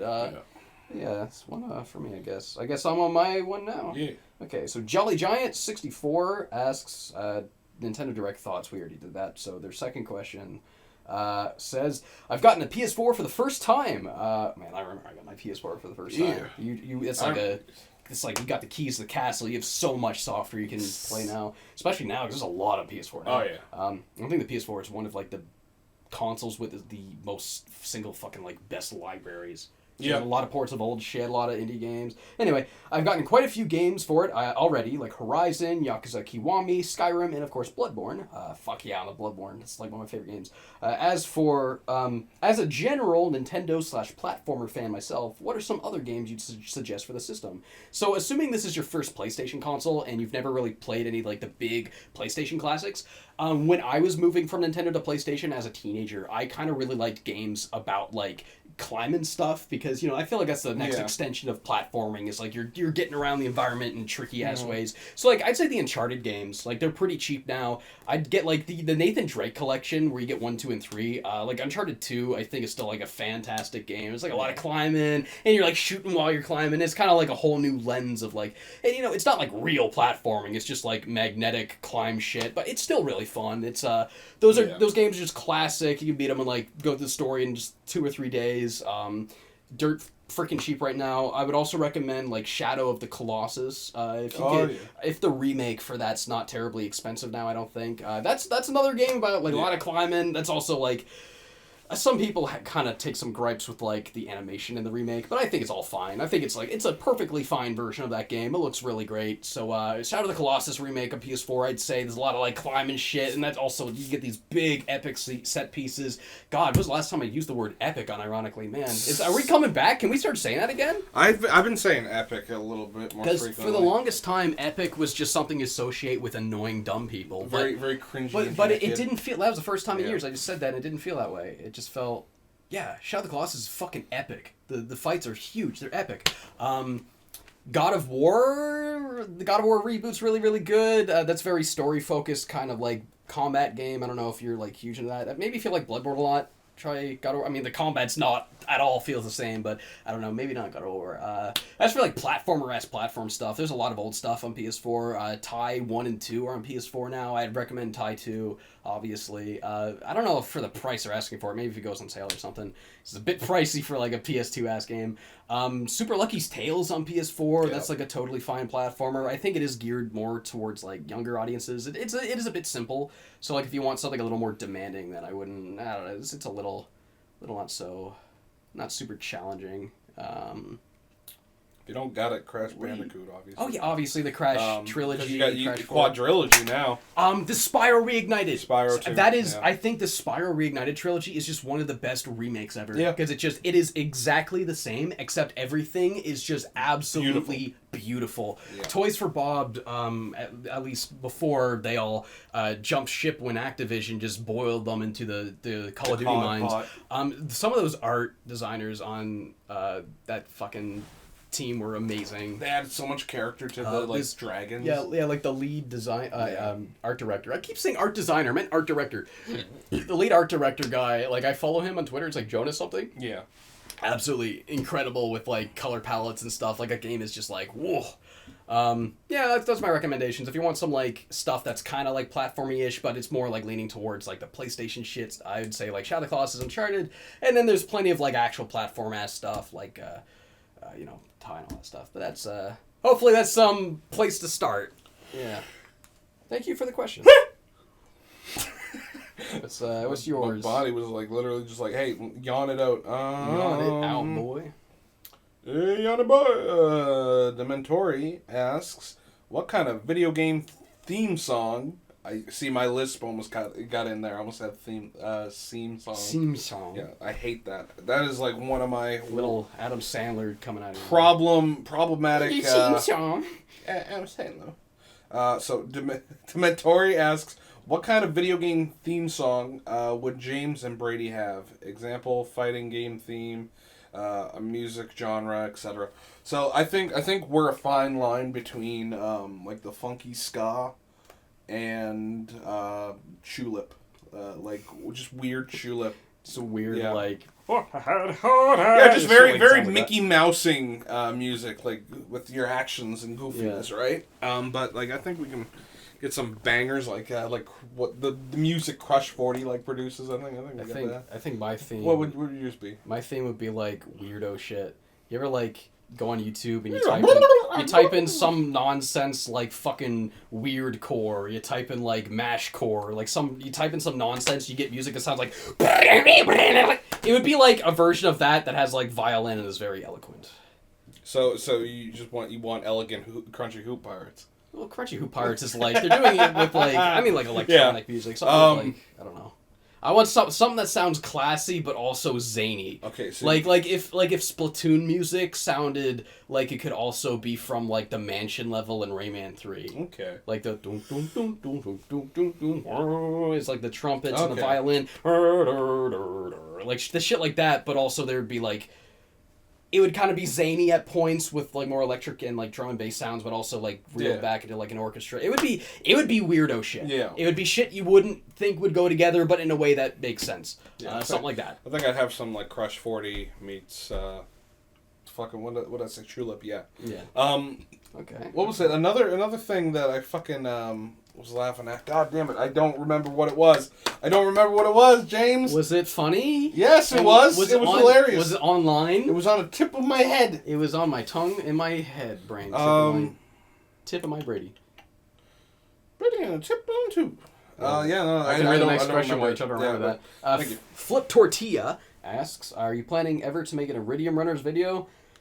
Not at the moment. I don't even have that game. If I ever saw that game, I'd buy it in an instant. I remember that thing. That's like the only other game I could find that was made by the Rough Trigger devs. Yeah. I'd love to have that thing. It looks like it sucks ass. Maybe if I got my hands on it and it looked like something stupid, it'd be fun to review. Maybe someday. But as of now, I don't have it. Love to, though. Thanks for the question. What's yours? Pauline asks... Did you remember the funny thing? No, I don't remember the funny fucking thing. My brain's not funny enough to remember the fucking funny thing. My brain's not funny enough to remember. I love the idea of like funny being like the adjective that you must like meet to achieve anything. My neurons aren't giggling. I'm not funny enough to mow the lawn, Dad. 5 more minutes. I'm not funny yet. God damn it. Is the spaghetti funny yet? No. You're not funny till you're overslept. Oh my god. Are you funny? Yes. Well, you shouldn't be. You're on scare tactics. You know the game Funky Barn? There's a game called Funky Barn. It was anytime you bring that up, I just immediately get pissed off because I see that I can picture it in my head. You literally I think you traumatized like the Nitro Rad Discord with it for a while. You were like, Funky Barn. I just kept going Funky Barn. And I'm just like anyway. Fucking barn. Anyway, my girlfriend just keeps calling it Funny Farm. Funny Farm. Yeah, and she knows it's Funky Barn. I like that better. But what she can't remember is like, was it called Funny Farm? And we always laugh at the phrase Funny Farm. And then we were going through the Switch eShop news releases, and some fucking shitty ass mobile game called Funny Farm gets added. We're like, Funny Farm's real. Funny Farm is real. It's right there. That's almost as bad as Astro Bears. Astro Bears? Yeah, that used to be on the Wii U shop. Wii U? Yeah. That was a lot of garbage with the Wii U. Oh, yeah. God. What's your question? So Pauline asks, for all I know, the game might be out by the time you upload this, but what character do you want to see in Nick All-Star Brawl? I want to see Hugh fucking Neutron. As simple as that. That's my answer. Jenny from My Life as a Teenage Robot, if she's not in there. That's pretty badass. That's just like such a no-brainer character. She's a robot. She has a lot of like different abilities. Did Danny Phantom get announced for? Yeah, he was in it. Cool. Because I remember that specifically because I remember thinking it was weird they had Danny Phantom and nothing from Timmy Turner. Yeah. Or what's the Fairly Odd Parents? Yeah. I always just called that show Timmy Turner when I was a kid because Jimmy Neutron's called Jimmy Neutron, SpongeBob's called SpongeBob, Danny Phantom's called Danny Phantom. Yeah. So just my friends and I just call it Timmy Turner. Teenage Robot. She's the teenage robot. Yeah. It's just like the one that doesn't have like the protagonist in it, I guess. Yeah, no, like most cartoons we grew up with, like What's with Andy? What's with Andy? Kim Ian. Possible. Kim Possible. Ian. Yeah. Lilo Mona the Vampire. Mona the Vampire. Yeah, but like I want Hugh Neutron in Nickelodeon Smash because he'd be like, now listen here, Jimmy, Dad, listen here, I'm gonna have to beat the crap out of you.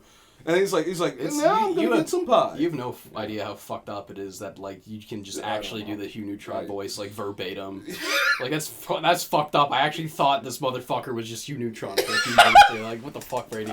You're like an incredible impressionist. Like, I've been slacking. I gotta slacking. Yeah, no, I've literally been slacking because I sit in my room and I'm like, I should just record into my microphone and just say whatever shit. The thing is, when you play it back, then you could start thinking more about it. Because you're like, oh, it sounded like that. What if I do this with it? Yeah. And I think about that a lot because I hear my voice a lot. And I was like, what can I do with this? Yeah. You know? Yeah, because like I'm really trying with Carl, and I the only thing I can ever say is Jimmy's mom. Like that's about it. Yeah, Judy, you try. I like you. I like you, Judy. You want to go to a movie or something? Is that what he sounds like? I want to go see Venom too. I can almost do like Zim, like, dude, go get this shit and put it on my dick, or something. I can't do it all the time. Sometimes I can get to it. I've been thinking about Horvitz voices a lot just from doing the Psychonauts. Richard Horvitz is like amazing voice actor, but yeah, who just asked a question? I don't even know what we're talking about anymore. Can you guys speak up? I can't hear you. You were answering the Nicktoons question. Okay, so it's mine now. It's mine now. Yeah. Okay. God, I wish I was more organized on this, but I'm unfortunately for you guys, I'm a fucking idiot. Sorry. Johnny Snow asks, "Hey James and Brady, have you played some Dreamcast exclusive horror games like Ill Bleed, Blue Stinger, or D2? And if so, what are your thoughts on them if you have?" I've never played Blue Stinger or D2. I don't even know what Blue Stinger is. I know what D2 is. And I know about D. I saw D at Most Wanted Pawn for Saturn, and it was there in front of me. And I was like, I want it, but it's $100, and it's like, someday I'll get D and D2. I would love to review D and D2. And Ill Bleed is also a game I want to review. My friend Andrew, shout out Andrew, sent me a copy of Ill Bleed. Just the disc. I got a reproduction case. But yeah, I really do want to tackle Ill Bleed maybe next year. I played Ill Bleed. My buddy Rob, he burnt a copy of it years ago because I brought over the Dreamcast and he had a bunch of like blank CDs like back in high school. We're like, hey, let's burn a bunch of games and just try random stuff. And Ill Bleed was one of them. Heck yeah. And since we were playing it in that way, like we're just bouncing from game to game and game, we only really spent like maybe an hour on it and we didn't fully get what was going on. Like probably half an hour in. I hear a kitty cat. About half an hour in, we kind of thought we knew what we were doing, but then we didn't, and it's like, I don't know, it's weird. There's like a lot of meters and stuff you gotta pay attention to. Hornet, come here, baby girl. We got a visitor. Special guest. Where are you going under my desk for? Come here. Come here. Come here. You got to say hi to the group. Come here. Look at this Hello, sweet Hornet. baby. She is such a sweet cat. She's so affectionate sometimes. Sometimes she'll just rub her face all over my legs until I like pick her up and like snuggle her with my face. Hi, Hornet. She's really Sweet gentle. baby. She's very polite. Hello, baby. All your cats are pretty polite. They are. Yeah. Her especially. Yeah. She's definitely the most polite when it comes to like eating food. Is she the oldest? She is the oldest. Yeah. She's the oldest of the three. Big Only by like 1 month. Yeah. Mr. Pickles is like only a month younger. Yeah. Blinks is the little one. Blinks is tiny. He's a little orange guy. He's the one with like the goofy smile I post on Twitter. Yeah. But yeah, Hornet's the only one that'll actually wait for us to give her her food before she eats. Like the other two, you put it down, they both just try and get to it. So I give it to like Blinks, Mr. Pickles, and then I give her hers because she's like polite, but like wait, she's like, is this mine? And she has to know it's hers. Yeah. She's really cute. She's very sweet cat. No, Blinks got the debut in the Game Over T-shirt. I just threw him up there because I was just thinking the shot needs a little bit of movement. I can make the shirt sway. That's not good. Stick a cat in the background. Yeah, there you go. Cat there, right there. Yeah. It's very good. So that was your question? Yeah, that was my question. Yeah, Ill Bleed. I played it, didn't really understand it, but I do want to review it, and I also want to get my hands on D and D2 review those sometime. I played a what was it? It was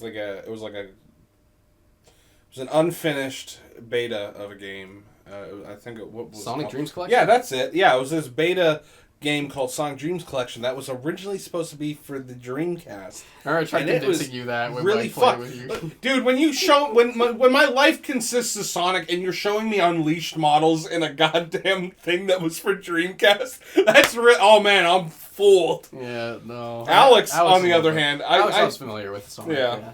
That video's on YouTube. There's like an old Let's Play channel that we like did and never did anything with years ago called Nitro Play. Yeah. Type in Nitro Play Sonic Dreams Collection. You'll find the video of me showing him and Alex the game, trying to convince them it's like a real thing. Yeah, I'm like, this is not gonna. By the time we came out of Rouge the Bat's Vag, we knew it was fucking weirdo shit. It wasn't real.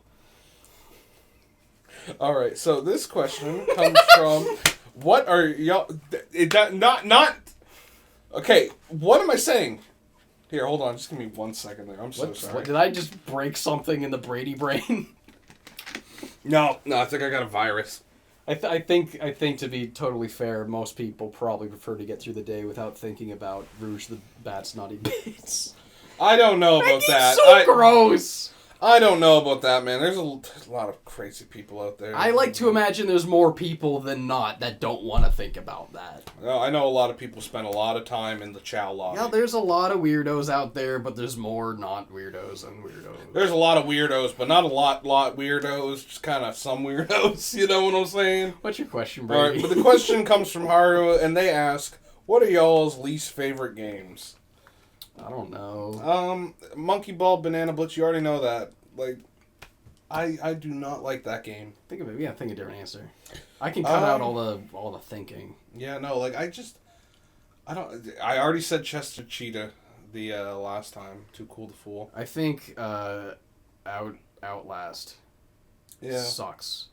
I like liked playing Outlast with my group of friends to see them horrified and scared. I guess that's so. about it. As a diehard horror fan, I was just like, this isn't scary. These guys aren't scary. Yeah. I thought the night vision, the camera shit was really, really cool, but I feel like, I don't know, like an hour into that game, I've already seen what all the bad guys are gonna look like. Just weird. They just look like bald weirdos with like big flopping peepees flopping around. A lot of mention of male genitalia in that game. and it's like, I don't know. I just felt like I just kept like, oh, I guess I gotta run and find a locker. Oh, he got me. Okay, this time he didn't. Okay, I don't know. It just felt like easy to solve, not much to it, just really predictable, and I didn't really find it very scary or interesting at all. Same with Amnesia. Like, people were like really jacking off to Amnesia when that thing first came out. Like, everyone was going on about how it was the holy grail of horror, and like being so big into Silent Hill for the first time in high school. I was like, yeah, I'm excited to play Amnesia, and I thought so little of it. I got like 5 hours in. I was just like, I don't care. I don't care about any of this. I don't care about opening these 500 drawers for a piece of paper that says some shit I can't care about. I don't care about moving these potions around and doing this potion puzzle. I don't care about this fucking flappy face guy that I look at for 2 seconds before the screen goes wiggly, because that sanity effects is the screen going fucking wiggly. I don't care. Fuck Amnesia. I mean, these are also like 7-year-old opinions. I haven't played it since, so maybe someday I'll do a video and really figure out how I feel about those things. But okay, I don't know. Fuck that stupid game, Animal Crossing. I'm joking. I am joking. Motherfucker. Yeah, I really do not like Yoshi's gravitational or universal gravitation. Fuck that. You mean Yoshi Topsy Turvy? What's that? The same game, but not in the UK. Are you okay? Are you okay, Brady? You all right, buddy? You're not making much sense. Who killed James?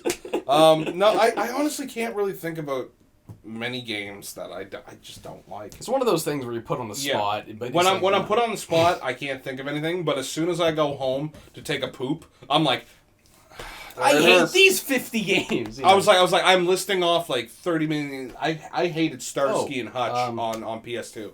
Fuck that game. Okay. Yeah. There you go. Generally speaking, fighting games I don't like. Yeah. Any like 2D one-on-one fighters, like Smash Bros is the only fighting game I'll play, but I have to play like a party game. I don't like fighting games. I don't like player-on-player meta that's like chess-like logic, but like if I don't know what I'm talking about, you know what I mean. The rock paper scissors mechanic can be in like this character can beat that character, but only when they're in this. Yeah, like I don't want to think about any of that. I just want to click at the guy I think looks the coolest, and then just like fucking throw hands. But I mean, it's just I am so uninterested in like those sorts of mechanics that I can only be like that invested in it. Where Yeah. like I cannot engage with it in the way I can with an adventure game or like some RPGs or like platformers and horror stuff.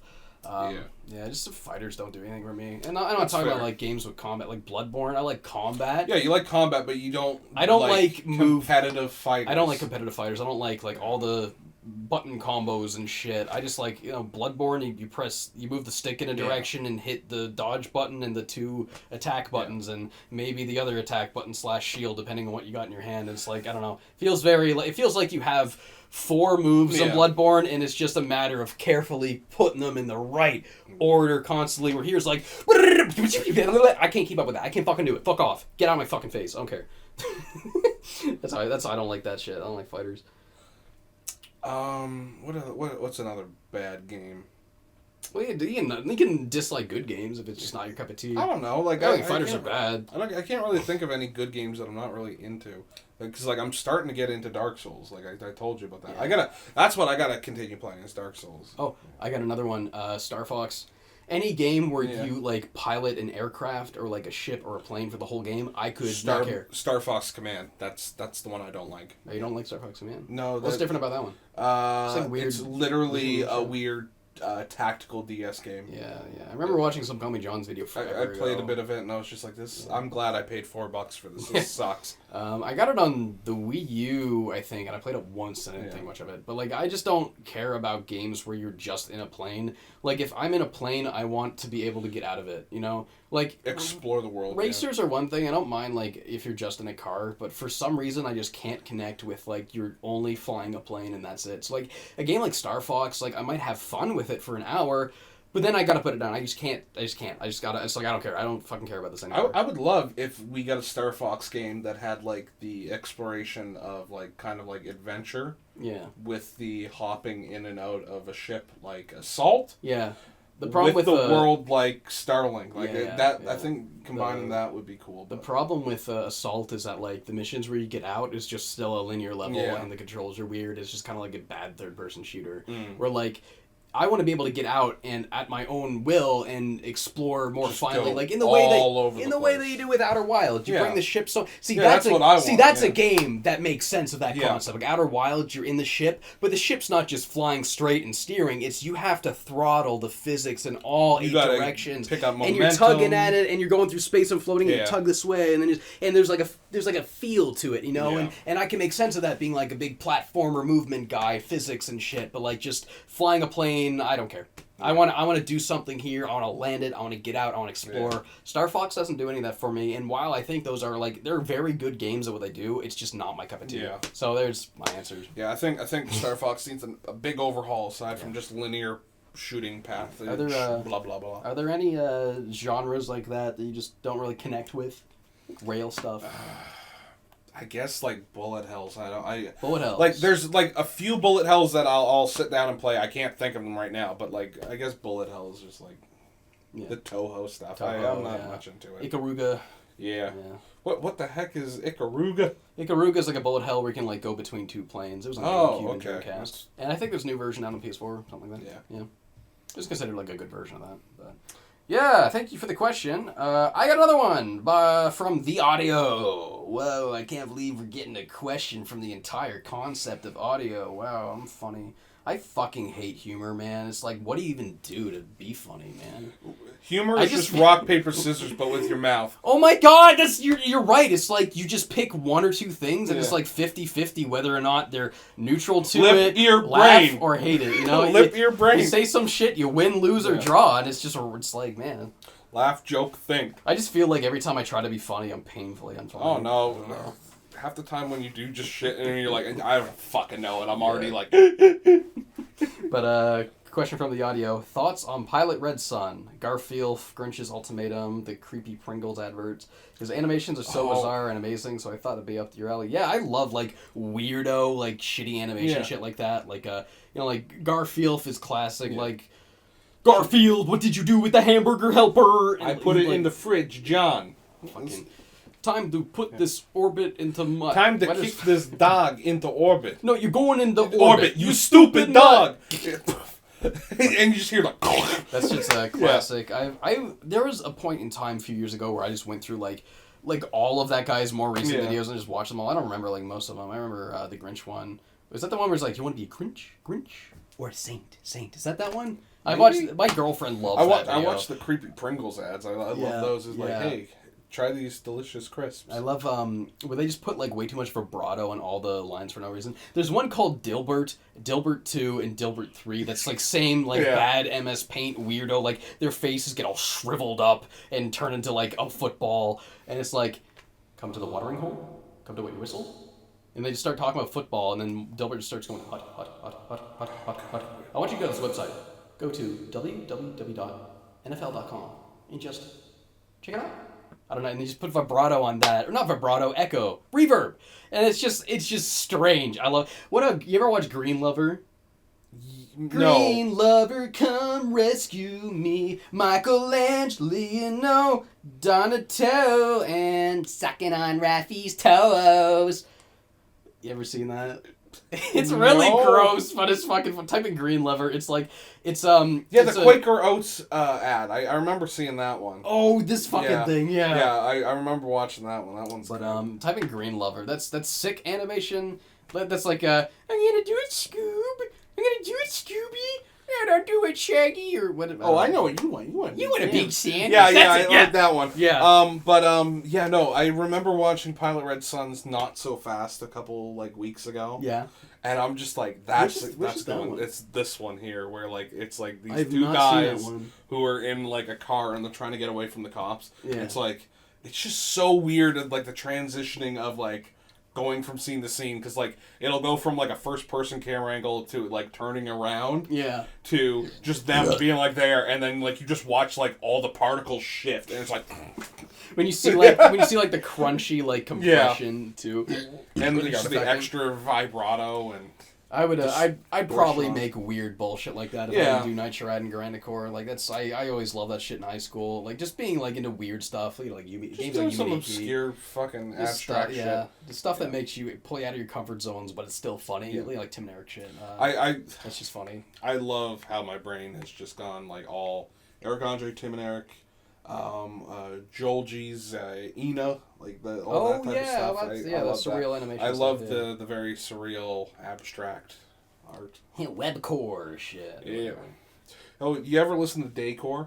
Is that like Nightcore except it's lower pitch. It's Did literally they slow it down? vaporwave. It's literally vaporwave. Yeah, because vaporwave is just like that kind of slowed down, slow kind of feel, adding samples of the song, repeating. But like, it was like, oh man, I love Nightcore, but what about Daycore? And then I searched up, and people just started doing Daycore, and it's just like fucking, Nightcore. Just like, we're no strangers to love. Do you ever see people that have like Patreons for Nightcore, and they like get hundreds of dollars a month just to fucking... That's fucked. And they literally just speed up a song. You know, you could just download Audacity and just speed it up. And just speed it up. You don't need to pay anyone for that. A lot of people don't even know that. Guys, thank you so much for following me on Patreon and giving me all your money because I am funny.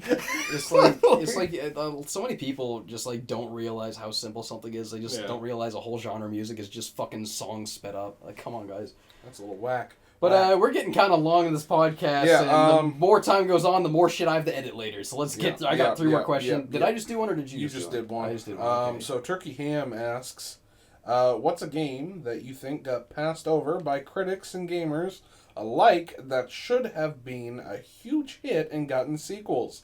Also, to make it more interesting, Brady can't say Punky Skunk, so fuck you, Turkey Ham." Thank you for the question, though. What do you think? Games that were panned by like critics and audiences alike, so that means it like wasn't received well and didn't sell well. Because like Psychonauts is one of those. It was received well but didn't sell well, and then you get shit that's like, you know, isn't received well, but then the people latch onto it and realize there's actually something here. You know, like Alpha Prodigal. You know, like that game was panned by critics, but like while a lot of stuff kind of isn't super great, there's a lot of fans of that thing. I like it for what it is. I don't know, man. How well did Conquer do? I wanted another Conquer game. I don't know if Conquer did super duper well. They never did another Conquer Because game. I remember them saying they wanted to do one. But the thing is, that wasn't panned by critics. It was received well by fans and critics, so that wouldn't really count. Something that was like received poorly. I guess Kirby Air Ride was received poorly by critics, but not by fans. It was received well by fans, so it's like, I don't know if there are any examples. I feel like any game that was panned by critics, people find it in some shape or form. Yeah. Like Lisa even. Like Lisa didn't do super well with like actual reviews. You know what? And then like people like me found it and then showed it to people. Fur Fighters. I wanted to see Fur Fighters? Fur Fighters. Yeah. Yeah, I think that would have been cool. I'm gonna go Kaya Dark Lineage. I don't think it was terribly well received when it was new. It wasn't like barely anybody played it. That game has like a lot of really fun ideas. The shit it does with the wind. I'm actually thinking of Kaya Dark Lineage a lot because it was one of the examples I use in the Psychonauts 2 video for wall jumps, and that just had me look at a gameplay of that thing again, just being like, wow, that game is fucking cool. Wow, Kaya Dark Lineage, not a perfect game, bad combat, kind of shitty stuff in it. But that's a cool fucking game with cool fucking ideas, and that's one I would say. Yeah. Like, I just love like the sense of adventure, the kind of like the slides, the viewer flying through like the air. Like, there's a lot of like big like fun movement in that game that I would love to see them like find new ways to explore. Maybe like water currents or like stuff that can blast your character up into the air, and like fun ways to give you like a lot of hang time. Kaya was cool for that, and nobody played it, and it wasn't received well. So there's one I'd say. Yeah. Cool. Thank you, Turkey My Ham. question's next. I just realized that. Thank you for the question, Turkey Ham. Got one from Gert Gamma. Dear James and Brady, have you ever considered making a Granicore ARG or something similar? I was reminded of James's coverage of no players online and was curious. Man, I don't think we'd ever do an ARG, but I feel like if we did, it would somehow exist in the form of a playable RPG Maker game that you have to download. You were saying something about like a website. Yeah, I think if you linked it to like... Okay, so what if it was like a weird RPG Maker game? Yeah. That was linked to this website because it was advertised on that. Excuse me. I don't know if you heard that on the microphone. I thought that was someone walking upstairs. That was my ass farting. Oh, that was your ass farting? But still farting. Big whoop. Yeah, this is our friendship. We're just farting around. Big whoop. Welcome to Nova Scotia. All we do is fucking fart here. The only problem is that I have to smell it afterwards. Yeah, He I don't doesn't, have to. So, yeah. Oh my god, that's... Website. Okay. Talk about the website. Alright, so yeah, there's this website. I'll open the window, don't worry. Alright. Hopefully you don't hear any sound from it. Oh god, okay. So, this RPG Maker game is linked to the website. Yes. It was called Yes. I'm not going to continue. I can't get through this if you're just going to be the funny guy. Okay, so there's this website. It's like a Ron Polanski shopping site, and the RPG Maker game would be like sold on there, but it's been offline for like God knows how long.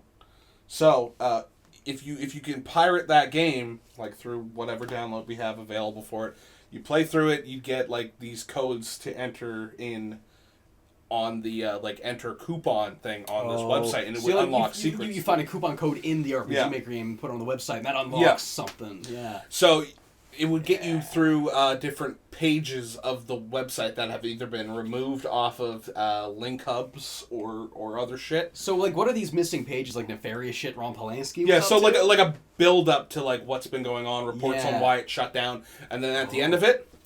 Big fucking ass and a big reverb. That would be perfect because like a lot of Granicore videos are just like a stupid long build up to something fucking idiotic, and this like having this big arg build up to like what's the unveil gonna be, and it's just a ass farting. Yeah, that would be. I don't think anything could be more Granicore than that. So that's a really great example. I think that was a great idea. I think that was a really good answer to that. Thank you for the question. That's the next one. Gert Gamma. That was a really fun one.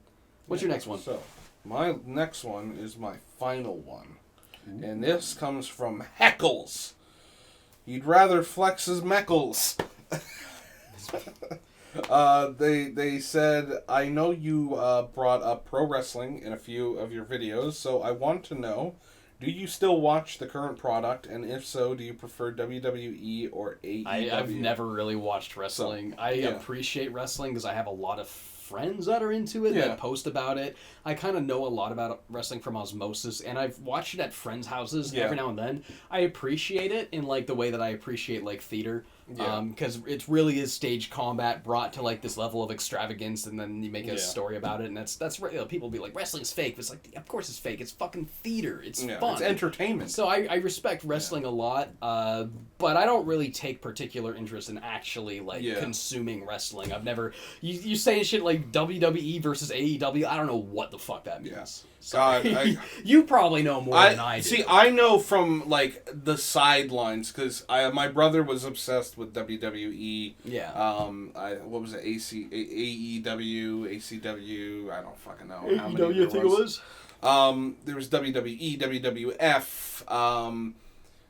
Just a whole bunch of things. Like Raw and SmackDown having like coexisting storylines.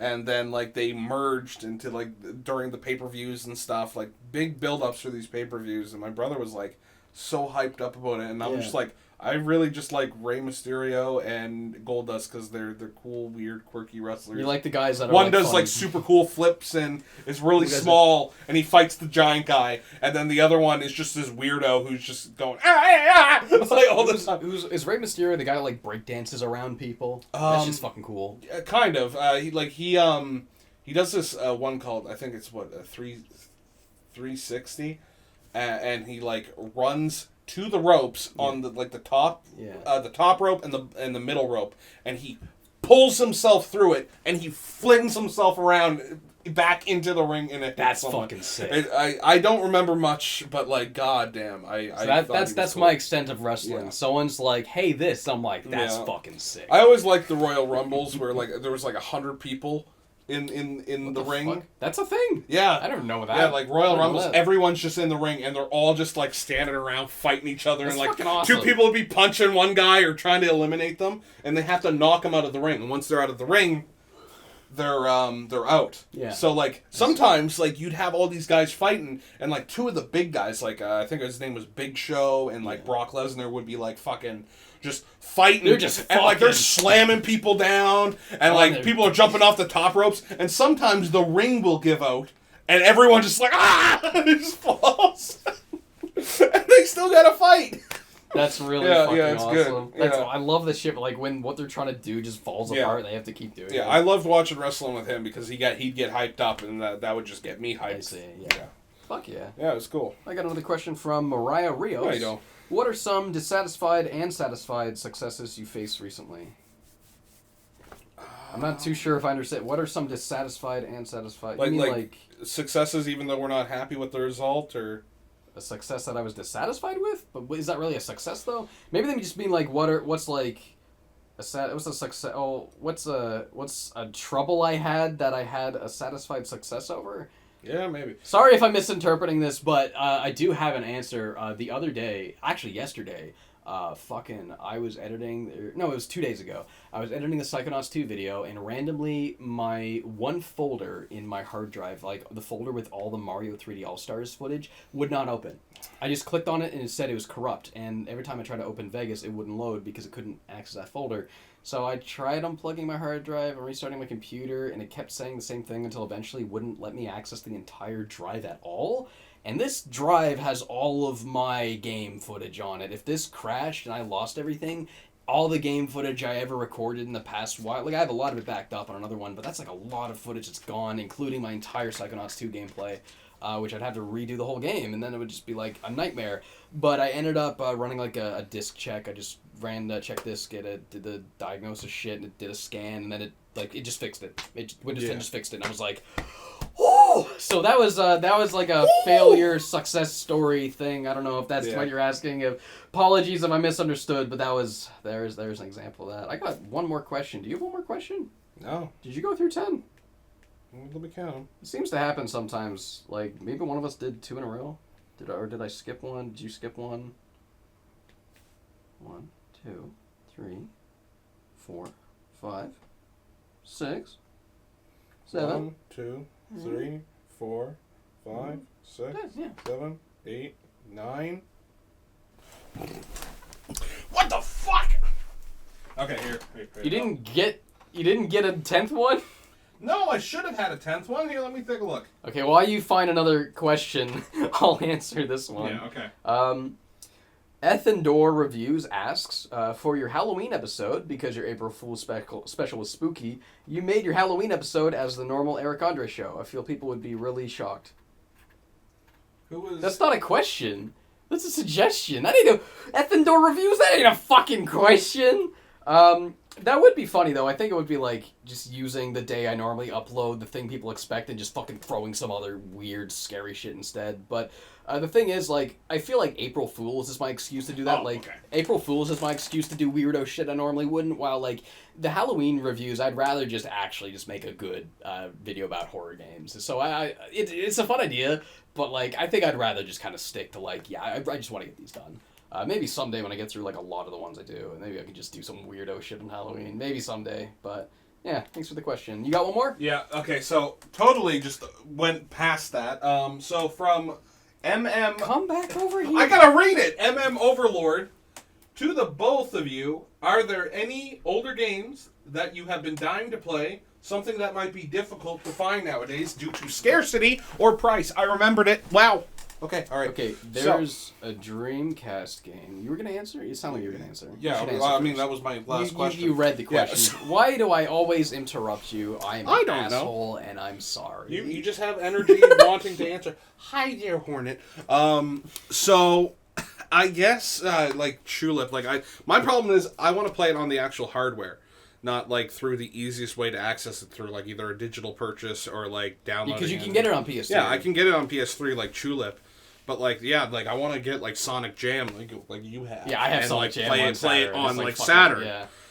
Just having the case on the shelf is awesome. Like, that's why I went and, what was it? I bought a Dreamcast, because I was like, I have a copy of Sonic Adventure. Also, I want to play it on that. If you get blank CDs, you can burn any game Yeah. just work. I actually found out how to burn PS2 games and make them just work recently, and that's how I'm playing Kuwan, because my copy's fucked. I could just burn you a copy of Tulip. You just gotta run the ISO through, like, the software. Should I say this publicly? Is this public? It's a secret. You guys got the secrets. Don't tell anyone. It's one of the, I hate that, like, I just want to talk about, like, you know, playing games in a way that's, like, accessible, but it's, like, it's illegal, so it's also one of those things, like, am I gonna get sued for saying this? I don't know.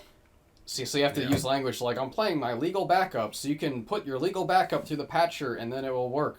Yeah. So I can get you a legal backup of Tulip, Brady, if you want. Thank you, because you own a physical copy of Tulip. Yes.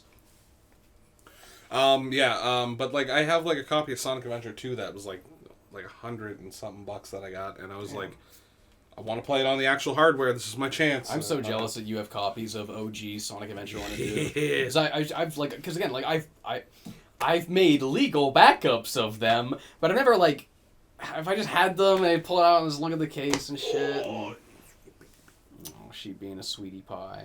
Hello. Sweet little baby. Hello, Hornet.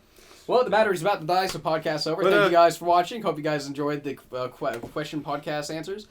And good night. Also, Stop Skeletons, again, commented, fucking, who are you running from? It's not even a question, that's just a reference to fucking your hardware shit. It's fucking Uncle Derek jacking off the Tony Hawk skateboard. I know what you're talking about, Mr. Game Boy Camera. Get out of here!